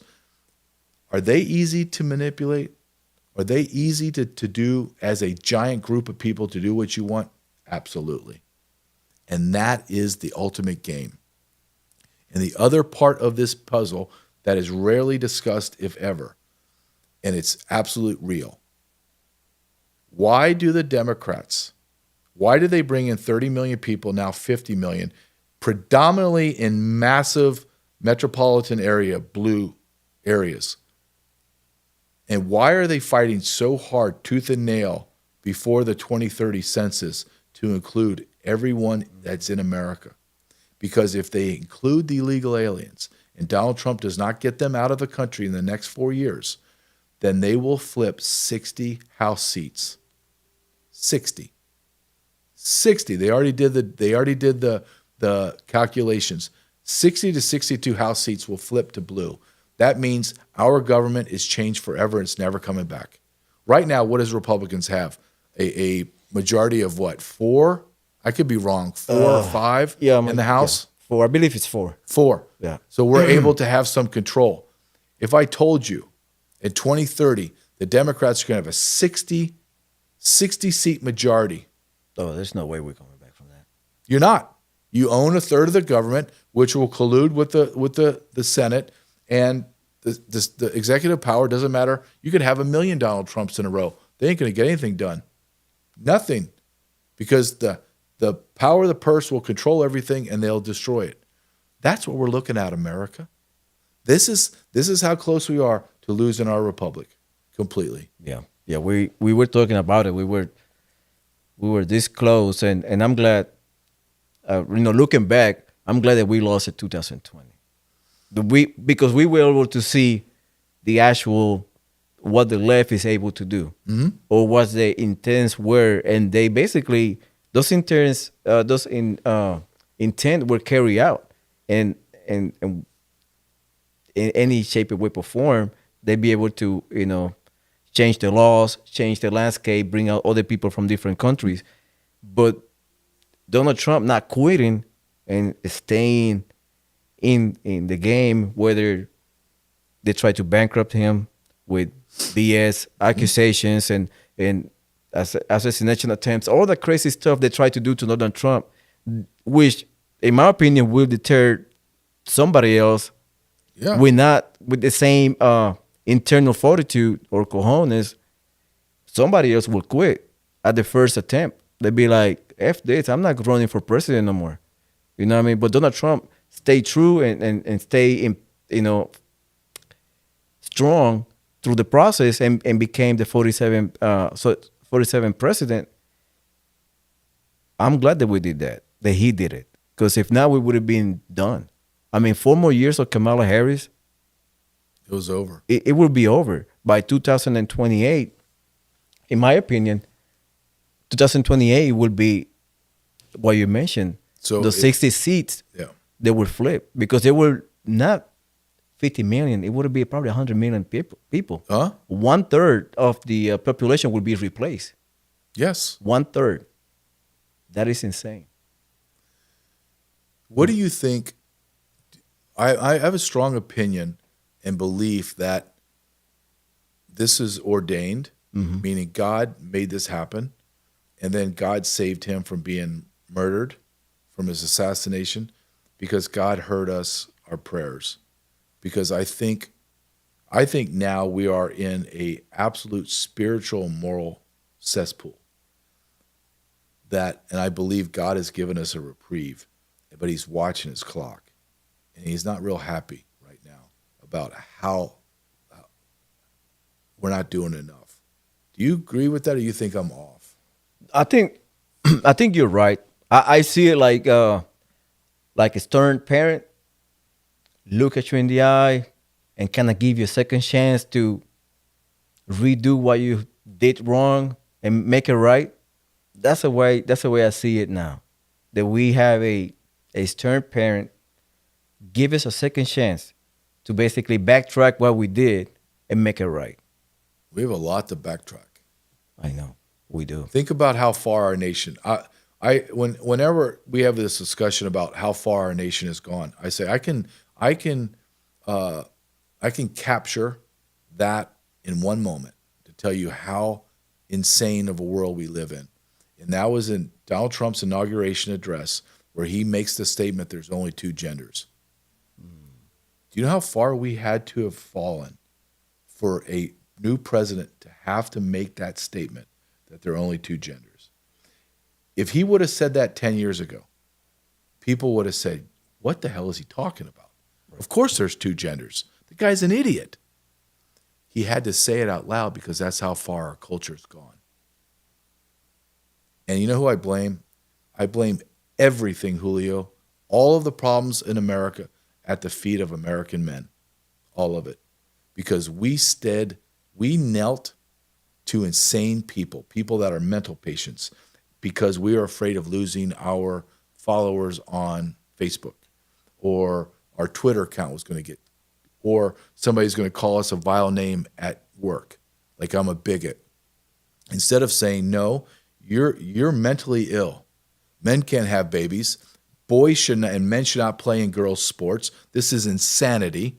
No, your transgender freaks are not going to read story time to my children. They're not going into my public libraries. They're not going into my public schools. No, they're not, but we didn't. And we went down that slippery slope, and now we're in the valley of absolute evil. I don't even parse words by saying, well, we're just going through a phase. No, we're in evil. Mm-hmm. We're at the point where parents are giving their children puberty blockers at 2 and 3 years old to try to change who they are. At 5, 6, 7, 10, 13, 15, they're ripping their genitals off them. They're creating monsters. What happens when your child grows out of that phase and then they can't have sex? For the rest of their life, they cannot have sex. How do you think this is going to turn out, man? There's tens of thousands of these people, hundreds of thousands of them. Well, you see it now. You see these transgender jacks.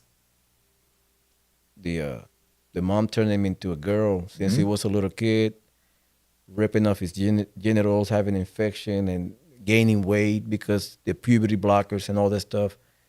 I feel bad for him. Yes, because he's basically a product of his mom's delusional mind, transforming him into something that he's not. And the human body is perfect. The human body is perfect. Whatever you do to the human body, it will return back to your original form. And these people believe in that, taking puberty blockers, hormone treatment, whatever the case may be, it will make them what they are not to be. It is impossible. They will be fighting with that the entire life, and fighting with their emotional and mental health. It is a recipe for destruction, and basically parting away from God. It is what people are getting. When you depart yourself from God, you go into darkness. And basically, it's like living. It's like you walking in the jungle with that in your side, holding your hand, knowing there is lions and beasts around you, but they will not touch you because you're with God. But once you depart, leave the hand of God, and you depart into that jungle, you will get eaten by those demons. And we have been devoured by Satan. That's the way I see it. And no, I think that's a perfect analogy. Because I feel it. I don't think if you have any spirituality, how do you not feel the evil? Like, it's all around us. They want to kill babies in the vaginal canal. That's crazy. Like, I don't know if you've been watching the new thing, is to have a social commentator in a middle, and they encircle them with liberals in chairs. Yeah, I saw Charlie Kirk. Kirk does it too. He did it once and went viral. It was pretty good. It's a great idea. I think it was a Jubilee, something like that. Yeah, they put like 25, 26 people around him in chairs. And they take time, so like 2 minutes, whatever, to Yeah, debate. to debate them, and then you have to run and touch the chair for you to get the chance to talk. And one of them was on abortion, and my son, we watch these podcasts, so it's a way for us to talk and communicate without me giving him lectures, right? Allow someone else. But I told it happened. They rushed the chair, knocking each other over, knocking the chair over, getting upset. And I told my son, "Can you pause that?" I said, "Look at how rabid they are, son, in order to proclaim their belief to kill children. They're running as fast as they can and knocking over people to have the opportunity to say that they should have the right to kill a child." That's the world we live in. And we live in evil. And I don't even know, even if you're an atheist or agnostic, how do you not see the evil? How do you not? And it's everything Satan wants to own and do. He's doing it. He's convinced mothers to kill their babies as they're coming out of the birth canal. He's convinced millions of women to kill their children. He's convinced millions of men, fathers, to either agree with it or when they have a child, walk away and not give any crap about their children. Satan has convinced pastors, priests, and rabbis to allow the LGBTQ flag to fly inside God's house. Satan is winning. We know he loses at the end, but right now he's winning. He's winning, dude. Satan has taken over the elite stratosphere of entertainment, media, politics, finances, corporation, and religion to now welcome pedophilia. That's a good segue for my next questions. Okay. Where are the children? Because you and I, we talking in our last podcast a couple months ago about that. Back then, the number was there were 300,000 back then, but nowadays is upwards the 500,000 or even more unaccompanied children that came through the border and they basically disappeared from the U.S. custody. Once they came through the gate, they were released. Basically, like we talked about, delivered like a DoorDash. They have an address. They were dropped. We never heard from them again. Where, in your take, where are the children? Are they gone for real? Are they gone forever? Are we found any? Okay, let's know what the real number is, though. Okay, so at the end of Joe Biden's term, he did arrest and released over 550,000 UACs. Those are babies to 17 years old. Let's put it in the context of Trump's last year. Trump's last year was about 25,000. Still a lot, but he was dealing with all of the caravans and Obama's policies. Under President Trump, there was strict regulations, sponsor background checks, follow-up DNA testing between the sponsor and the child. Joe Biden removed all of those. All of them. There's no checks, no background checks, no verification of who the sponsor is, nothing. In 2023, Javier Becerra, who's the secretary of HHS, Health and Human Services, and the subordinate organization under HHS was Office of Refugee Resettlement, think of them as Child Protective Services, was Robin Marcos. They were forced to admit that they had lost 85,000 children in 2023. In August of 2024, the Inspector General came out, the Inspector General of the DHS, and said, no, we have arrested over 450,000 children, and we have lost over 320,000. I believe when the new IG report comes out in 6 months or a year, they're going to say that we lost basically everybody, all of them. They're gone. They don't know where they are. I'm going to tell you where a significant percentage of them are, and that's dead. Donald Trump has said it multiple times, and he doesn't say things. Everyone thinks that he just says things off the cuff. He's very calculated. He knows exactly what he's saying. And he said, quote, a lot of them are already dead multiple times. And he's right. A lot of them are already dead. Where are the rest of them? The rest of them are working in jobs they should not be working, in hours they shouldn't be working. And then the rest of them are child sex trafficked. And the ones that have dead have been organ harvested, or they've been ritually sacrificed. And everyone, even the Congressman Ivey, who from Michigan, mocked me and said, child organ harvesting, is that really real? And I'm looking at him. He's not very bright, so I just assume you're stupid or you're complicit in this. Of course there's organ harvesting. Of course it's happening in America.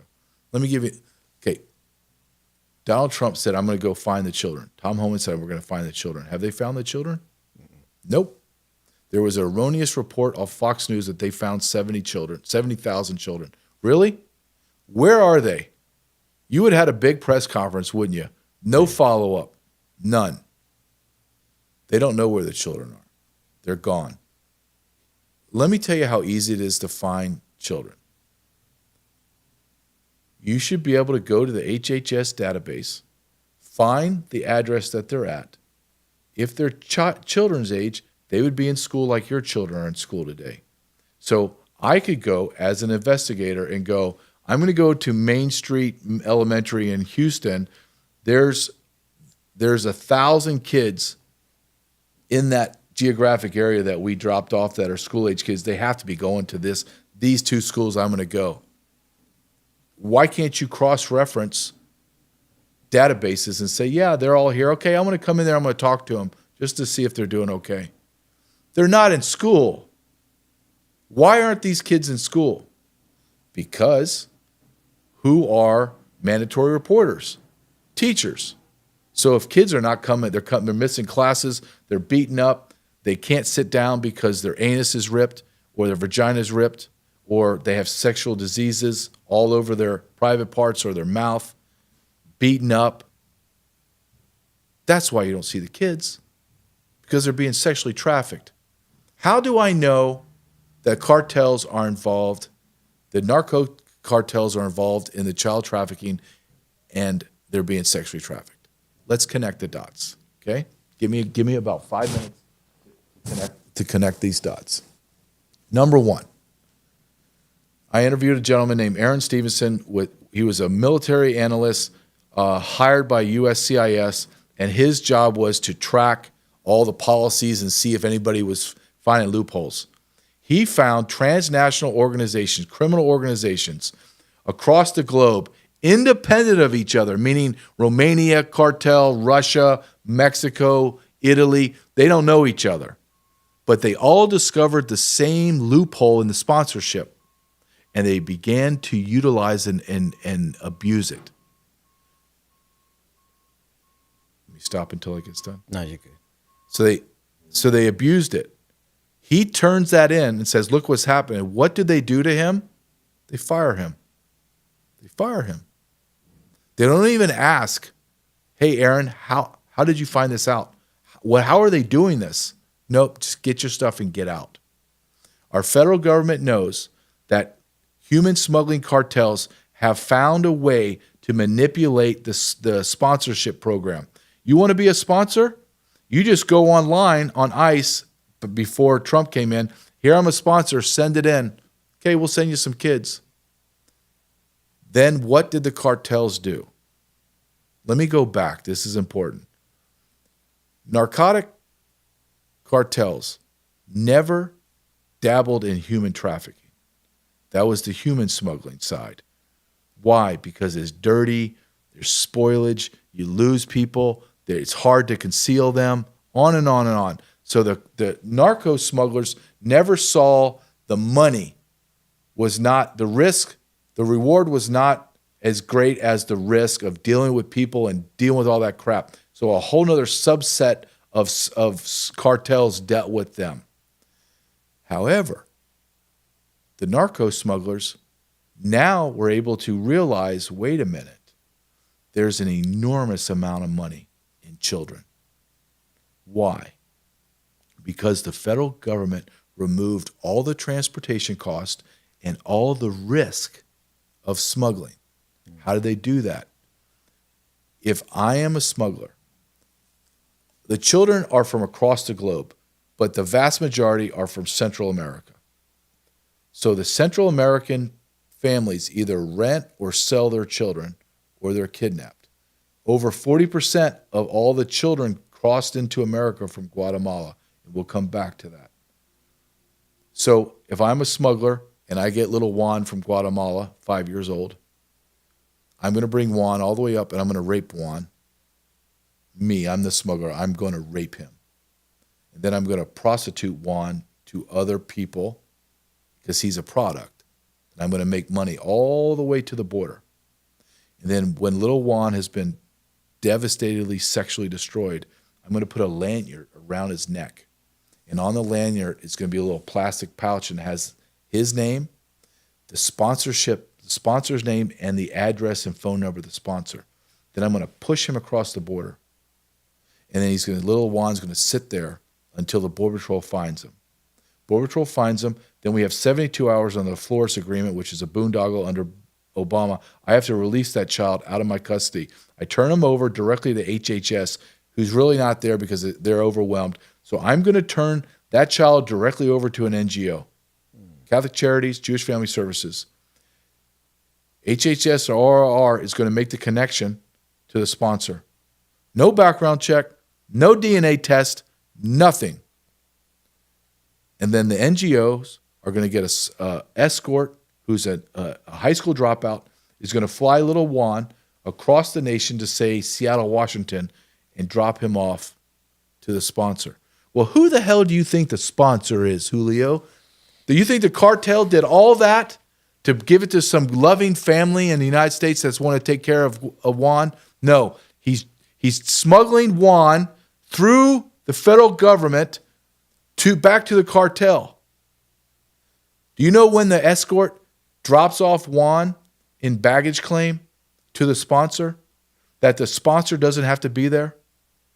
All the individual that is taking the child has to have is a photocopy of an ID that doesn't have a picture on it and can be a foreign ID, and that kid just disappears with the stranger.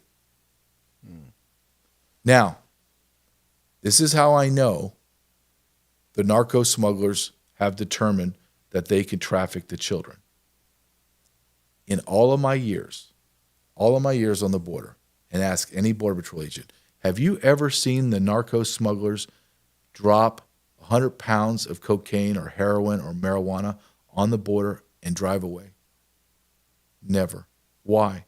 Because I would come and I would seize that narcotics, and then you, the cartel, would be out of $10,000, $100,000. However, what are they doing every single day under Joe Biden? They were literally dropping children off the top of fences. I've seen the videos. Pushing them through, and the Border Patrol would come get them. Now, why would you give your product to the Border Patrol? Why wouldn't you put them in trunks, which they do, or back of buses and drive them through, which they do? But why would you just give them to the Border Patrol? Because you know the Border Patrol is going to give them back to you in about 2 weeks tops. I'm going to have little Juan back in my custody, and guess what I can do to Juan 20 times a day? Well, I can sell Juan for 20 times a day, whereas my cocaine, once somebody digests my cocaine, it's gone. I can't resell it. My product's done. I got to keep moving product. But I can sell Juan 20 times a day until they rape Juan to death. And then I have all his organs to sell. That's what's happening in your country, America. Your federal government knowingly did this. Go back to President Trump, 20, 30,000 the last year. How many unaccompanied children did Joe Biden bring in the first year? Over 120,000. And they did nothing. I interviewed all these people.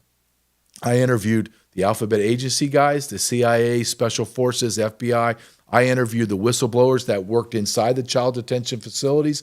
I interviewed the man that trafficked the children from the NGOs to the sponsors, and all of my experience. And I interviewed all of them independent of each other. They didn't know each other. And I asked them one question. It was a statement. I said, I'm going to give you this. And these interviews were like this, where they lasted an hour and a half to 4.5 hours. One guy, I interviewed him at 3 in the morning, 4 in the morning. And I said, I have a statement. To every one of them, there's about 10 of them, independent.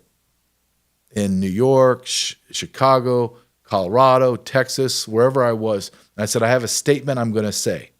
And all I don't want anything else but a yes or a no. Do you believe a yes or a no? And my statement is, the United States federal government is the world's largest child sex trafficking organization in modern history. I couldn't get that last word history out. They would do this. They'd be sitting like this, and they would hear me, and they would literally like this one, start getting like ready to answer. So much so, the very first or second time this happened, I was like, what are they doing? Like, they look like they're ready to pounce on me.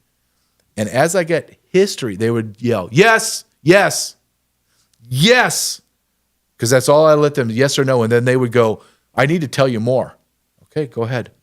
Yes, the federal government knows they're doing this and they're trafficking children. That is 100% factually true. I'm not talking about people that you would look at and go, I'm talking about people that are credentialed, that are highly, highly intelligent, that have impeccable historical background in their professions, are telling me your government is trafficking children. They know it. Then my follow-up to the alphabet agency people were, I'm being told that senators, congressmen, and presidents are pedophiles. And they didn't hesitate. Like when you make a statement like that, or you offer a question like that, you and I, we're going to pause. Like we're going to go, that's a big, okay, let me make sure yes, yep, that's true. And I'm like, okay, I even said this, and it's in my documentary. Okay, hold on a second. You didn't even hesitate. I don't need to hesitate. I know it's true. That's what's going on in America. Julio, you and I are talking about 550,000 unaccompanied alien children that are probably around 1 million, because we're arresting hundreds of smuggling events during Joe Biden's time where they're putting them in trunks, buses, vans. You're only catching a pittance of that. So you have a whole segment, another avenue of kids not being just arrested, but just being gone. So about 1 million. We're talking about that. You and I are not even talking about our children, the U.S. children. There's a broad range of U.S. children go missing every single year, between 400,000 and 800,000. And it's broad that way for a purpose, because they don't want you to know. And I like to play the game. I interview people on this. I'm wrong. Let's say I'm wrong. Let's say it's 400,000. And let's say 90% are runaways, which a large percentage of them are runaways. And they come back, right? Into foster care, in and out of foster care, run away from their homes, family, go back, right? I understand that. So let's say it's 10%. 10% are lost. That's 40,000 children a year that got sucked up in a spaceship and went out to outer space and never to be seen again. And no one says a damn thing. Let's say I'm 99% wrong, Julio. 4,000 children disappear, gone. No one sees them again. And no one says a word. I'm not 99% wrong. I'm not 90% wrong. I'm not even 10% wrong. This is government numbers backed up by Child Protective Services saying this is happening. Where are all the children? I always ask this follow-up question. Let's say you live in New York. Let's say you live in where we are, outside of Houston, in a rural area. Are you seeing roaming groups of children, malnutrition, dirty, ragged clothes, living in shanties across America? And the answer is no. You don't see. This isn't like the Depression. We're not seeing kids like that. Then where the hell are the children? Where are our children that are lost? Where are they? I don't see them anywhere. Where are the 500,000 to 1 million unaccompanied alien children? Where in the hell are these kids? And one place I have been told that we need to start looking, and it made perfect sense when, and I didn't even think of it, a lot of people are saying, you need to start looking underground. I'm like, what do you mean underground? Well, JJ, there's whole tunnels, underground tunnels. There's underground spaces, living places. Where do you hide children? You have to hide them out of sight. And when you begin to dive into this very sick world that I found myself, and Julio, me and Ryan Matta, who's my business partner in our documentary series, we were just going to film one documentary called Invaded. What is Treason Invaded? About the open border. We were going to talk about child sex trafficking because we knew that was happening. I knew it was happening, didn't know the scale.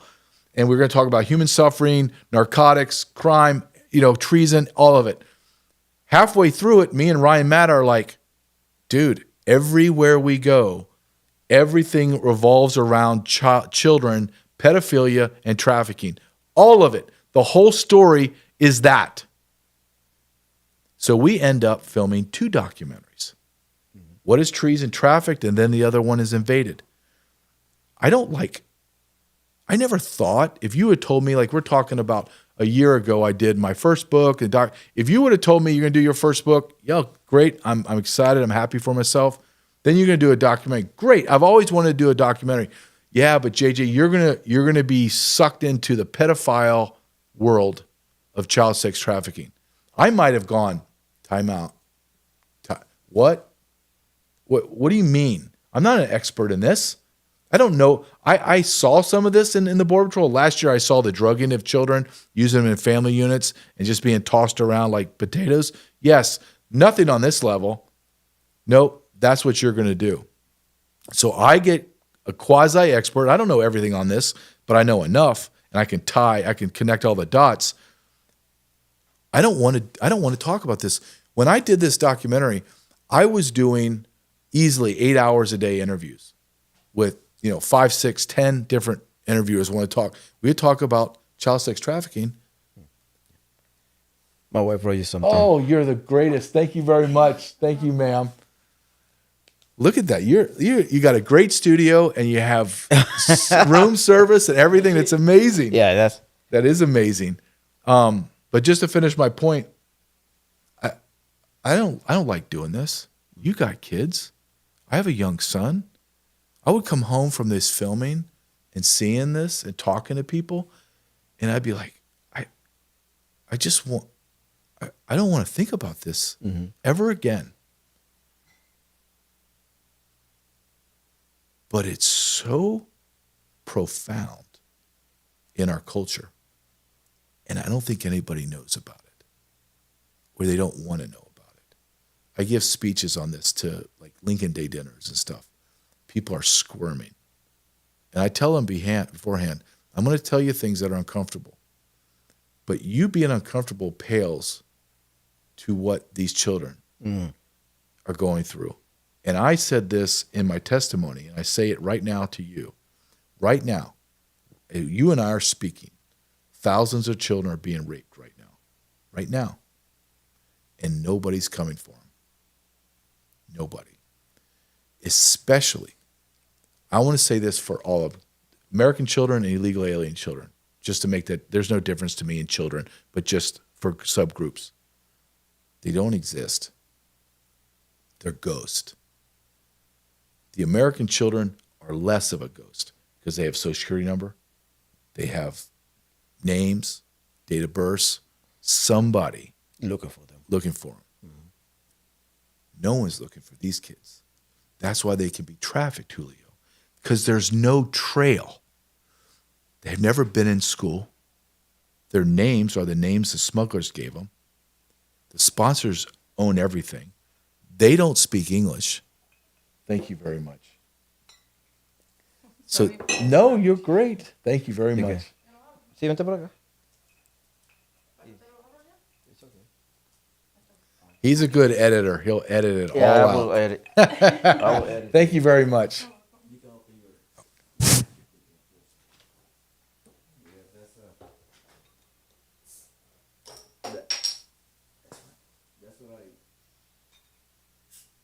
That's a point that I want to bring. Because honestly speaking, I'm getting sucked into that work. Are you? Okay, let's talk about. I want to talk about that. Because it's just like I can stand it. Okay, so you're. I will tell you what I will do, but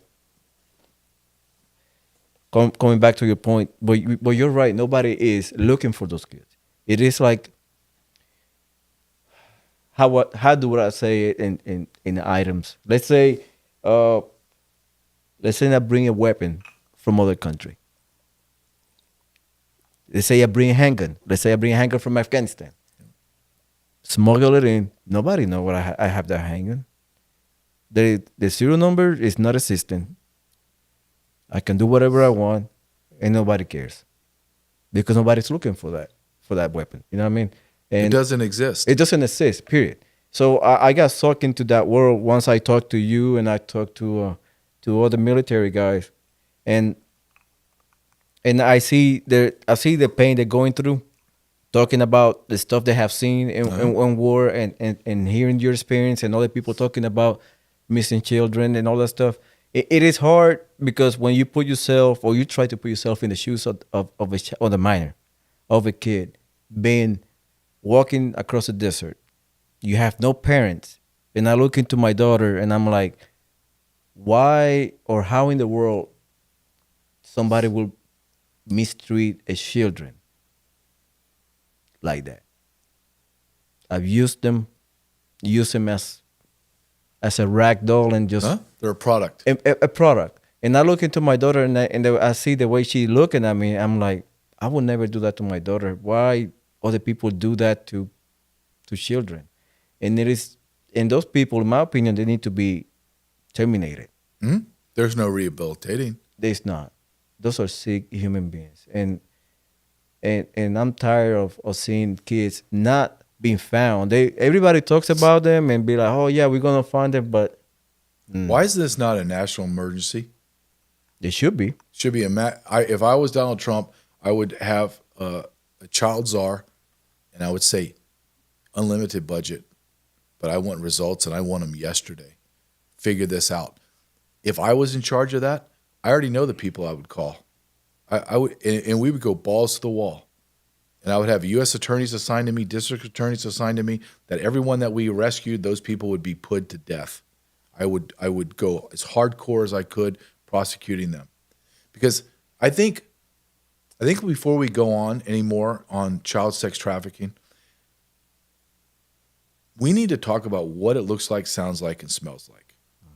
Okay? Because that was one of my questions to these people. Tell me, walk me through this. I've never gone and rescued kids. And I said, walk me through it.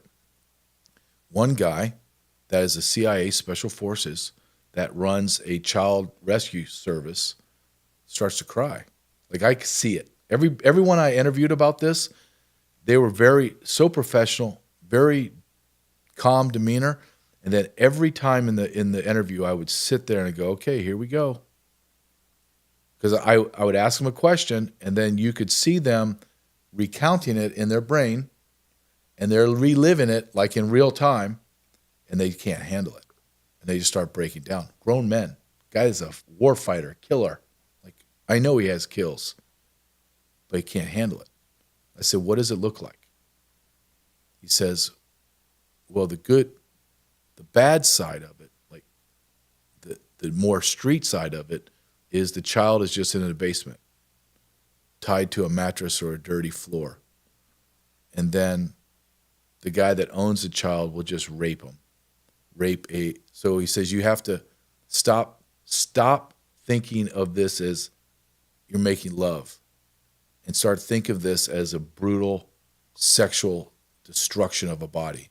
He says you have to understand you got to look at the anatomy of a grown man penetrating a young 3-year-old girl in her vagina or her anus, or a boy in his mouth or his anus. It destroys them. And then they have STDs. So imagine your anus is ripped. You're not going to the doctor. You can't go to the doctor. How are you going to explain that your 5-year-old sponsored kid has a ripped anus or your 2-year-old little girl has a ripped vagina? How are you going to articulate that to the doctor? You're not. Police are going to come and arrest you. So what do? In order to keep raping you, in order for the clients that you sell chances to rape them, well, you pop them full of drugs because you're tired of hearing them whine and cry. But you're beating them at the same time. You're breaking their arms and breaking their legs. You're breaking their jaws because it's not about lovemaking. It's about power and abuse. Because that's what it looks like, JJ. That's what it feels like when you go get them. Then he said, if you go to the higher end, he goes, all of them end the same way. They all end up brutalized. He talked to me just like a CIA guy would talk to me. He goes, for example, if this was to happen, like,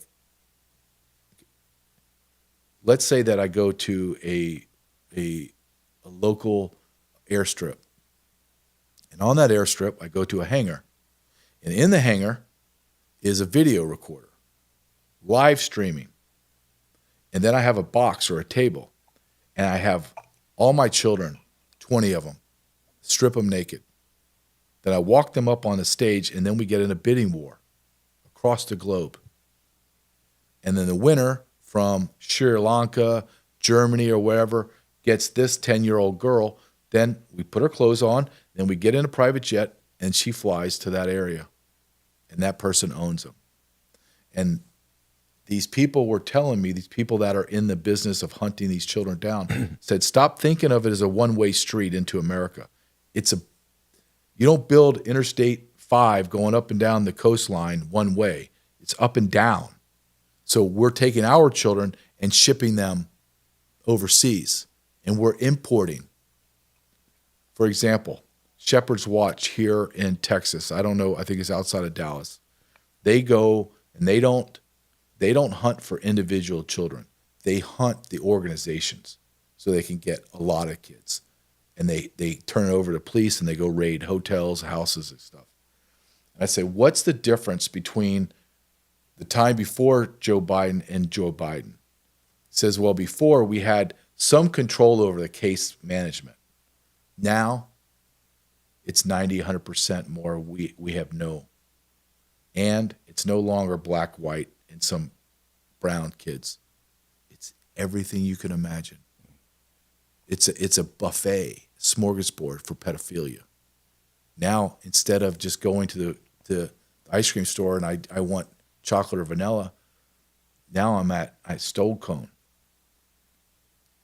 I can get anything I want. I can get any mixture I want. Any flavor I want. I get it because the border's wide open. And they flooded the United States of America with hundreds of thousands of unaccompanied alien children. And that's the world that is inside of America right now. And here's something that, and I say this when I give speeches now in public, and people, they recoil at it, but I'm just going to tell you. Why does the slogan, Make America Great Again, why does that stick with us? And I don't think we have, subconsciously, we don't understand. Because subconsciously, we know that we're not great anymore as a nation. If we make that agreement in our brain, then we have to ask why. Why don't you think we're great again? Well, let's look at it just from my perspective of a border. The cartels are demons. I fought them my whole career. They're horrible people. However, they're no different than Amazon. They're just Amazon violent, like the mature Amazon. Why do they supply America with cheap labor? Because we demand it. Why do they supply America with cocaine, heroin, fentanyl, marijuana? Because we demand it. Why do they supply us with children? Because we demand to rape children. Who's the number one consumer of hard narcotics in the world? America. Who's the number one consumer or one of the top consumers to physically pay money to rape children? America. Who is the largest consumer of pornography in the world? America. I believe that America needs to stand before a mirror and realize that all of the problems on the globe are not their problems. It's our problems because we demand it and request it. Everything that's wrong in America is because of Americans. It's like you listen to Jocko Willink and you listen to Tony Robbins. It's all about ownership, right? Ownership of your life. You want to have a great podcast? You want to be like Joe Rogan, and I think that you have the potential to be like Joe Rogan, then you need to take complete ownership, meaning you need to create an incredible set like you did here with multiple camera angles and computer setup, and it cost thousands of dollars and took a lot of effort and time, but you're taking ownership of your life. Succeed or fail, it'll be because of you, Julio. It's not going to be because your neighbor or this guy screwed you. It's going to be because of you, because you have ownership. America is in a moral rot. And until we take ownership of our rot and the reason why we're here, we're never going to get better. Never. And I am not an optimist anymore. My father was an incredible man, and he was optimistic because he always looked forward. I'm more like my Irish mother now, where I'm just a realist. I'm just seeing things more clear. Is that your truck? No, one of the neighbors. I think that America is in I think America is in hell right now. Yeah. And I would love to, I had discussions with several left-leaning hosts, and even they are not arguing with me on that, which I find interesting. That someone that is so ideologically opposed to me is feeling that as well, that there's evil roaming the earth. Look at what we've done to our country, man. Mm-hmm. We brought in 50 million people that don't belong here, and we do nothing to stop it. It hurts our wages. We're sending men like you to go fight overseas to secure their country and sovereignty of their nations, and we don't give a crap about ours. We fought a war going on 2.5 decades now that has cost us $8 trillion. There was a moment in Joe Biden's around 2023, they sent over $350 million to 4 different nations in the Middle East to build a wall for their nation. Yeah. And they gave zero money to us. When you look at the totality of everything that's happened in America, and now everything that is being uncovered, you have to agree that America is not great. America is not a shiny city on the hill anymore. We have become almost pedestrian in the terms of crime and morality. I believe that's a valid statement. Do I think that we can be great again? Absolutely. Do I believe it's going to be a Herculean effort that's going to take quite a while? Yes. Because we didn't get here. We got here over about 100-year span. I don't want to wait 100 years. We can accelerate this on Trump time. But Trump's not the answer either. Trump is going to term out in less than 4 years. Who do we have right now that is Trump? No one. Yeah. J.D. Vance. J.D. Vance he's not even close to Trump. He doesn't, and it's not his fault. He's almost half his age, meaning Trump has another 30 plus years of life experience over him. That's like when I interviewed for my documentary, I interviewed retired Colonel McGregor, Douglas McGregor. You know, when you sit down and interview, I know you're not feeling this with me, but when you sit down and interview someone and you know that person is way smarter than you, I had that moment with him where I sat down and I was like, I better have my A game on, right? Because this man is, he's not a level 2. He's like 3 levels above me in intellect. And at first I was very hard on myself. And then I said, wait a minute, this guy's about 30 years older than you. He has he's where I want to be in 20 or 30 years. And that's just life. That's life experiences and understanding and ability to look back on life and then make sense of current things because of your past. And I feel that way about Colonel McGregor. I think he's a historical genius. And I think that same thing will happen with Vance, with Trump. Will he get to that? I don't know. But the broader point is there's nobody that's even close to Trump. No, who are you going to get? Marco Rubio? You're going to get Ted Cruz? I like Ted Cruz. Ted Cruz ain't going to move the needle, my friend. Nope. He never has. He's never moved the needle. And that's one of my fears is just that it's not talking down on JD Vance or Rubio or Cruz, but they are subject to be bought and paid for because the conversation we had. They don't have the money Trump has. Trump got that. I would say I fuck you money. Yes, he does. You know what I mean? You could offer, if I offer him $2,000, he'd be like, let me have it because I'm a capitalist. I would take your money and laugh about it. Yeah. You know what I mean? And But what are you going to bribe him with? You going to bribe him with $1 billion? Nope. He's like, I already have 8 of them, and I'm making millions of dollars. He got his own hour. plane. I mean, he got his own. Can you imagine how much it costs just to maintain his plane? I was checking just a Gulfstream, and it was millions of dollars a year. Yeah. And that's like 1/3 of the size of that plane. I mean, he paint that plane every year. Yeah. New paint on it every year. It's tens of millions of dollars. Tens of millions. I mean, but he's making tens of millions of dollars a month in interest, hundreds of millions of dollars. Think about this. Think of all of his properties across the globe. So let's say he owns, I don't even know the number. Let's say 50 hotels, which I don't know if it's more or less or whatever. There are thousands of people every minute that are purchasing water bottles, swiping their credit card to get their room, dinner, golfing, flying, whatever.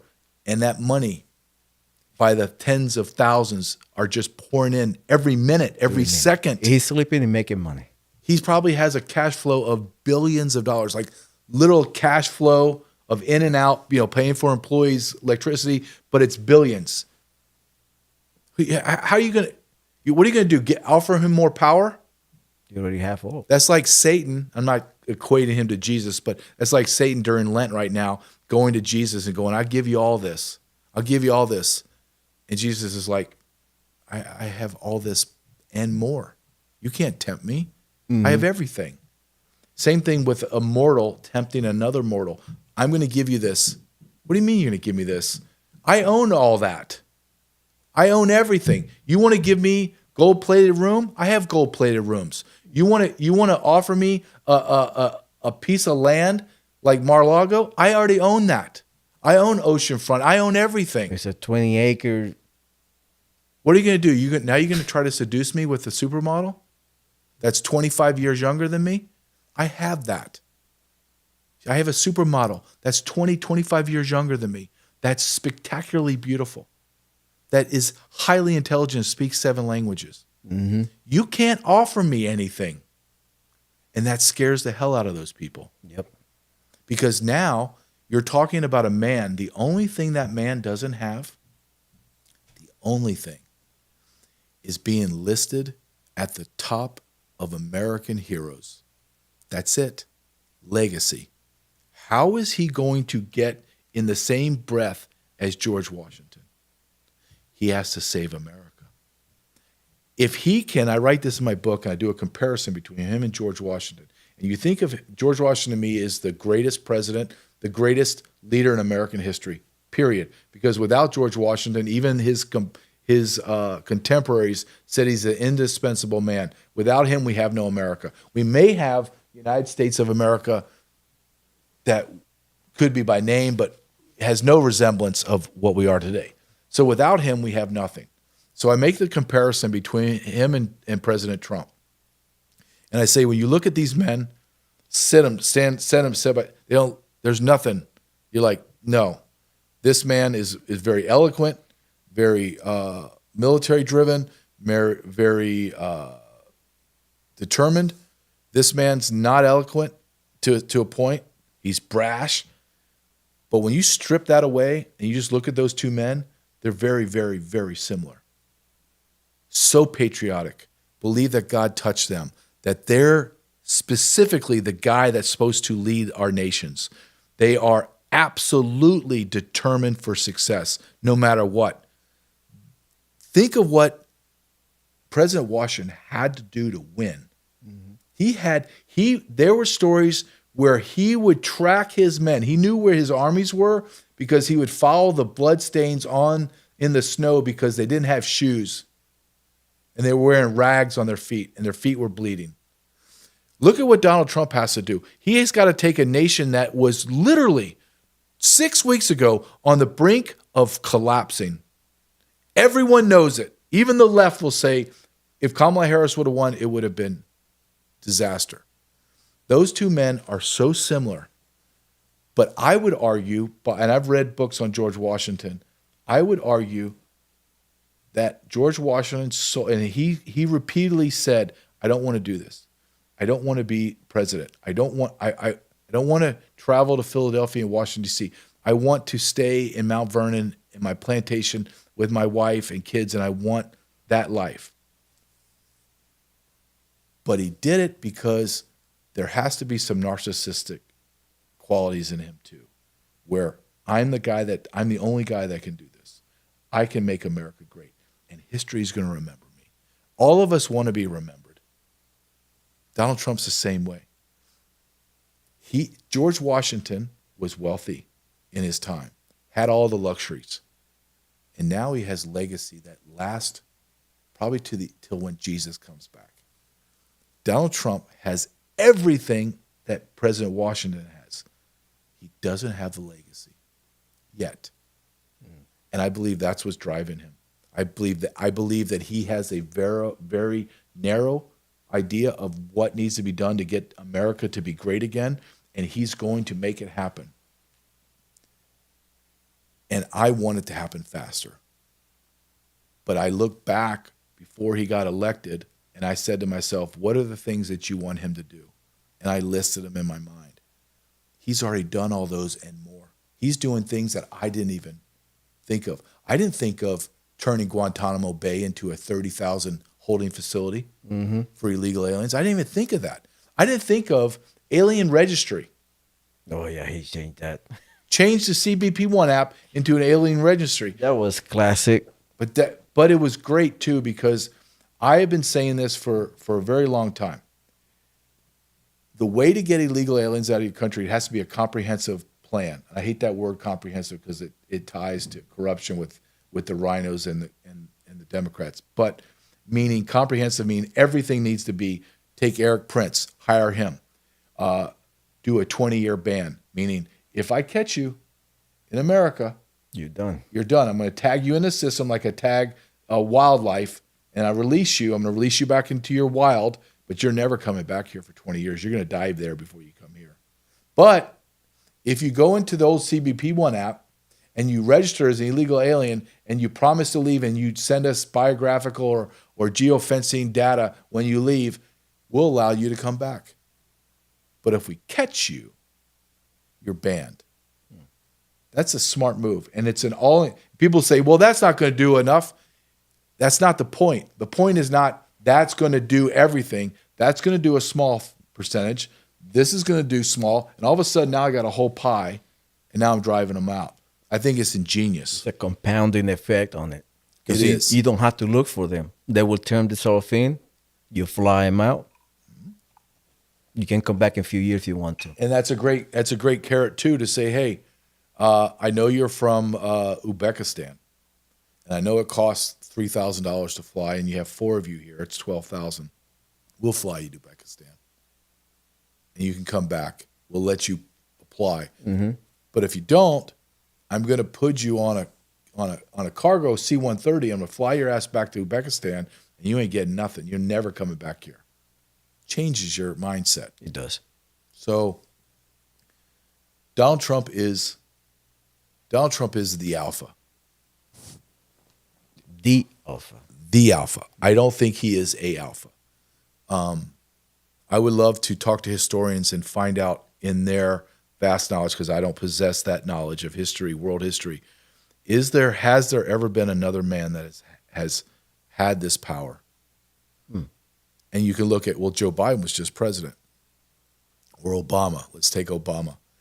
Obama he didn't have the power Trump has. Obama couldn't go to the Middle East and say, you're not doing that anymore. And have everyone in the audience go, okay? Because Donald Trump, prior to that meeting, dropped multiple Moabs all over Afghanistan to prove a point.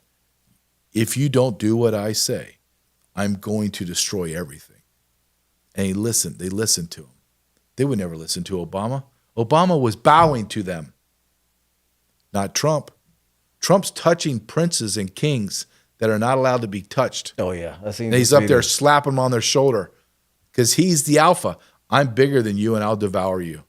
A perfect example is when, was it the G7 or G20, when there was a big, and they thought they were going to crowd him out, and he literally walked in and moved people. Even Putin was there. He moved Putin out of the way. That's what I remember that. And he stand in front, fix his collar, and stand strong. I'm the guy. Yeah. Who's ever done that? Nobody. Biden was in G17 somewhere, and he's standing on the far right corner. Yes. You remember that? Insignificant. And he trying to find his way out of the stage. They had to basically come this way. Pointing arrows. Yeah.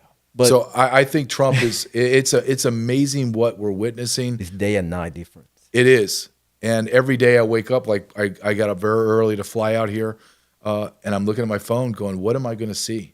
What did Trump do when I went to bed at 10 o'clock?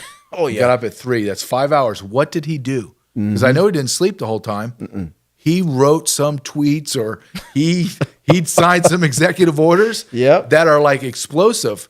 So I think, but I do go full circle and say, if he does not remove the 50 million illegal aliens, the left will have won. Yeah. Just from a demographic shift and a congressional seat shift. And when that happens, it's over. It's over. Where are we going to find 60 Democrat counties or districts and flip them? We're not. It will be extremely difficult, though. I mean, look, even with a landslide, we flip what, 7, 10 seats with a landslide. Yeah. I mean, so let's close with that. And I have like 2 more questions for you before we close out. Yeah. What would it be your dream interview? With who? Well, outside of God, like Jesus, like historically, I'd go back and I obviously interview him. But my dream interview would be Donald Trump. And for this reason, I wouldn't ask him anything about politics, border. You know what I would focus on? Because this is a passion of mine. I would focus on him as a father. I want to know from you. How did you do it? Like, because I interviewed my dad before he passed. When I started podcasting about 5, 6, 7, 8 years ago, I was like starting to try it, but I couldn't do it because I was still on my job. But it was amazing. God allowed me to interview my father, and I have it on tape.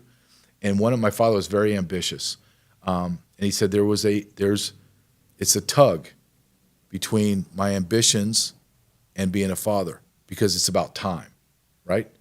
You can't be ambitious and have great achievement and be the father all the time. It just does. It's time. Mm-hmm. And I found that interesting to hear my father say that because I don't remember my father being gone. I remember my father always there, and my father was a great father, someone I'd admire. So I'd want to ask Donald Trump, how did you raise these children to be, and they're all incredibly successful. No one's on drugs. No one's going to drug rehab. Nobody is getting their teeth missing and sex tapes.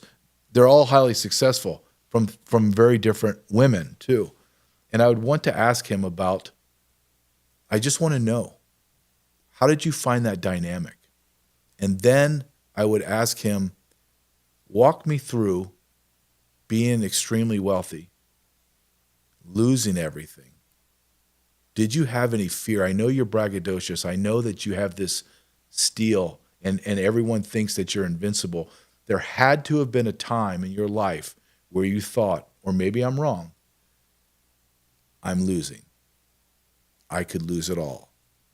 Did you have that? I would like to ask him, are you really that Teflon Don or did you have those moments? That would be a good question. You know, and then my third and final question I'd want to ask him, because I think this is very important historically, is you look at the founding fathers and they signed their death warrant when they signed the Declaration of Independence.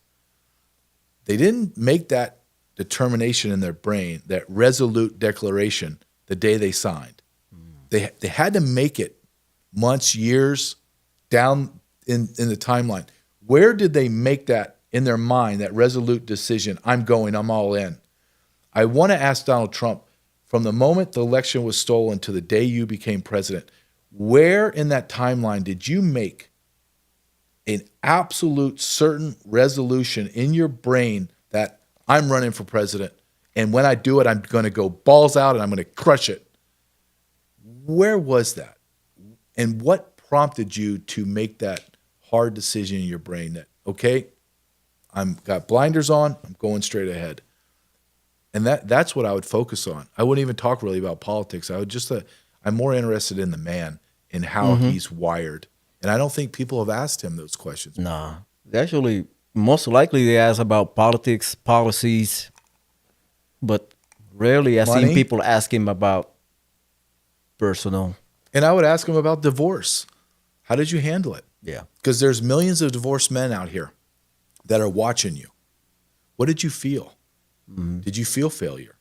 Did you feel disgust? Did you feel less about yourself? Did you think this had impact on your family and being a father? I mean, I would spend hours just talking to him about that. Yeah. Who would be yours? Man, mine, I got two persons that I would like to interview. It would be Joe Rogan. It would be one. Really? Yeah. Why Joe Rogan? It seems like, I don't know, he pretty much, I like the stuff that he do. I don't like too much MMA. I'm not a big on MMA, but I like the outdoors. I like the outdoors. If I would have a chance to talk to him, it would be in a hunting trip. Oh, take it like camera crew with you and just hunting trip. Yeah, just talk shit. But why would you choose him? Why? Is it his success? Nah, he seems like a regular guy.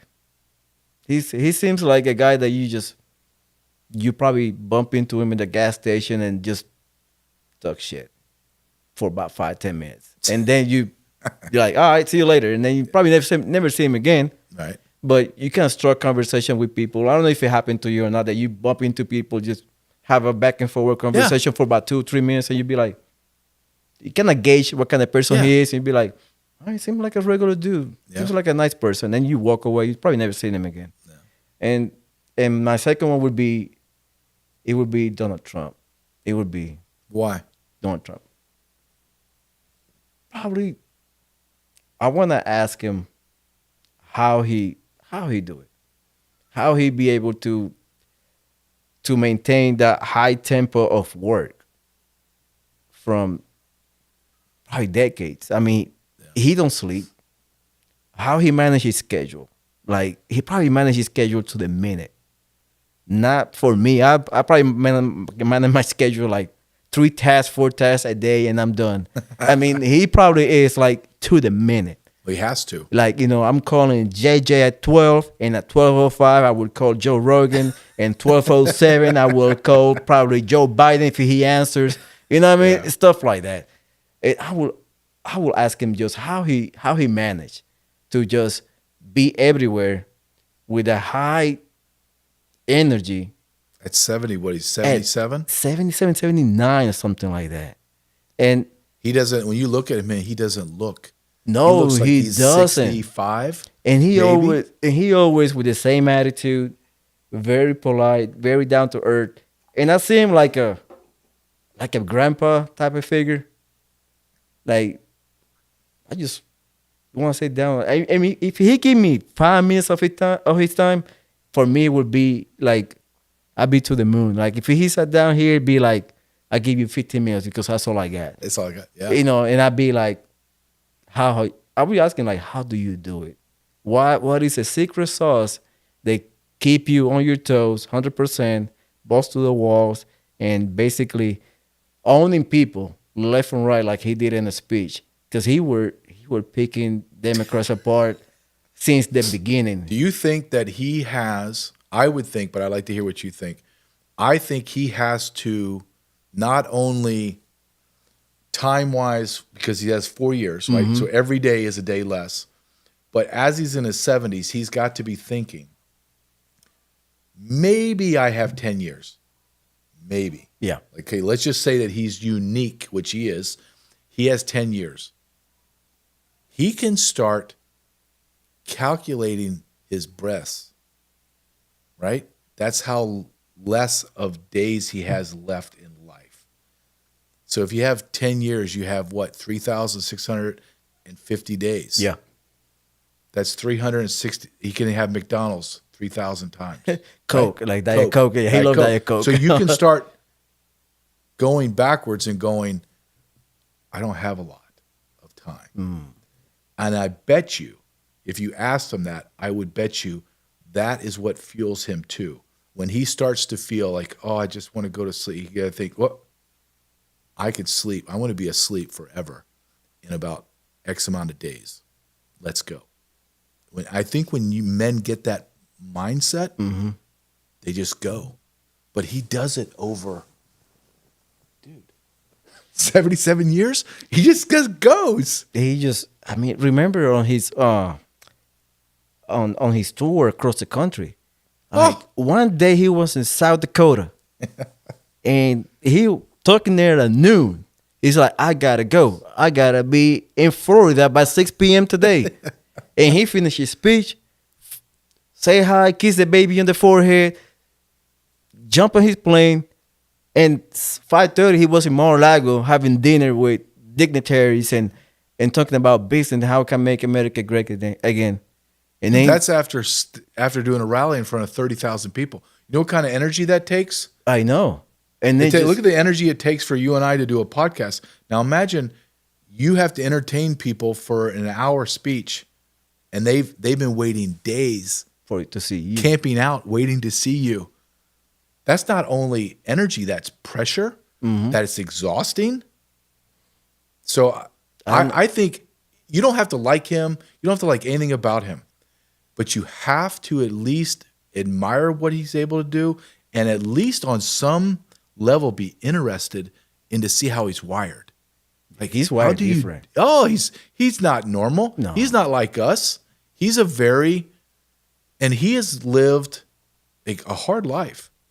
People may say, well, he's so wealthy. No. No, you have a rough. He's and I love this. This is my favorite. Oh, he's worth a lot of money because his father gave him $1 million. And I'm like, okay, time out.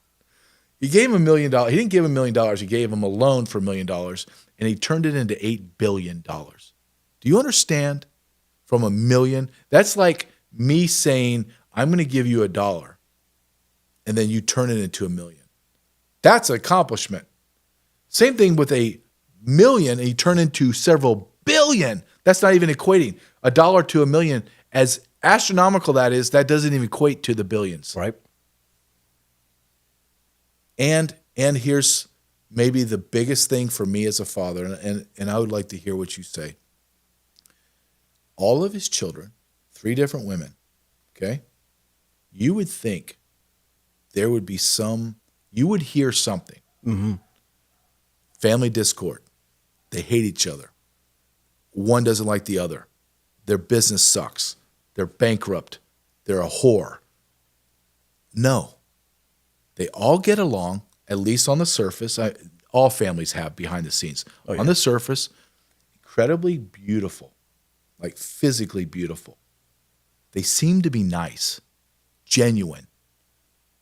Talk about go hunting. You go hunting with Eric and Don Jr., right? Man, if I go hunt with Eric or Don and Joe Rogan, that would be a dream hunt. I'd be like, I would carry their rifles. I'd be like, who did shoot? No, you shoot. Here's my shoot my rifle. Put your imprint in there. But they're great. And they're all successful. Right. They are. They're all successful. And I do believe a father should not get all the blame for when their sons or daughters turn bad, but they should get a lot of it. Neither do I believe they deserve all the credit, but they should deserve a lot of it. So let's contrast. Joe Biden. I'm not bagging on his kids. One son is a pedophile, caught with multiple prostitutes, drugs, tax evasion. He got his brother. He had an affair on his brother's widow, then had an affair while he was banging the widow, started banging the widow's sister, got a stripper pregnant, doesn't acknowledge the child. His daughter is in sex rehab and cocaine rehab, and has claimed that his father was having showers with her when she was of age. Mm. Look at those worlds. Look at how different. I think Donald Trump is someone you aspire to be. Is he flawed? Yeah, we're all flawed. We all flawed. But do you find it as a Christian fascinating? I find this fascinating because I believe God chose him. I just do. I could be wrong, whatever. But when you look at the Old Testament and you see the men that God chose, they make Donald Trump look like Mother Teresa, right? Yeah. So you go back in time and you look at those flawed men that he chose to drive his word, and now you look at Trump, it makes complete sense. He didn't pick a picture perfect Obama, where Obama's a fraud. He's a lie. He's a hologram. He picked a real dude that's been through crap in his life, embarrassment, financial destruction, and rises up, and he uses this flawed man. Mm-hmm. I find that that's something I would ask him. I would say, I'm going to be bold here. I'm going, and please don't take this in any negative light, but you're a flawed man. You've had failures. If this was an interview about me, then you would be saying, JD, you're flawed. You've made a lot of mistakes, and I would have to own them. Yes, I've failed, and I've failed miserably, but I also have some great successes. So don't take this as I'm bagging on you, sir, but you have. But I look at the people, the people that God chose, and he chose you in line with all these guys that were flawed and did things that were questionable, but were historical giants. And you're a historical giant. Do you, Donald Trump, and this is going to be a very narcissistic question to ask, but do you see the lineage? Do you see the similarities at all?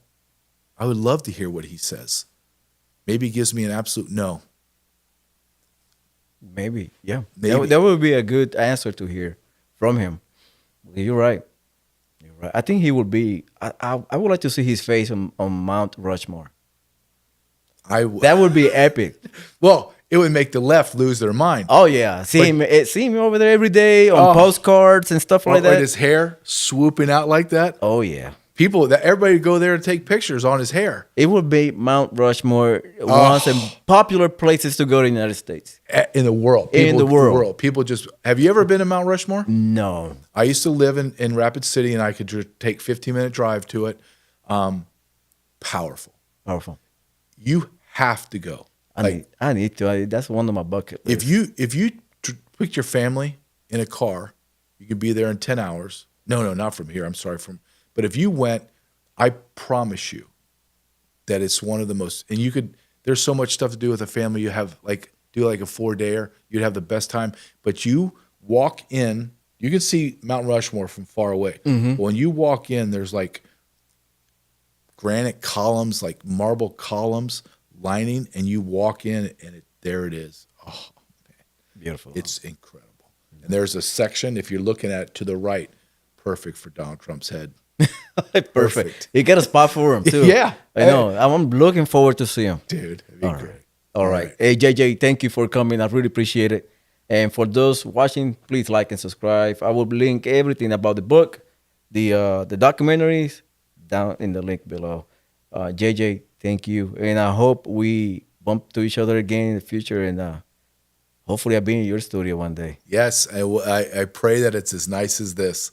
I'm proud. Thank you very much for having me. I enjoyed this discussion. Thank you. All right. Thank you. All right, guys. See you. Take care. And bye-bye.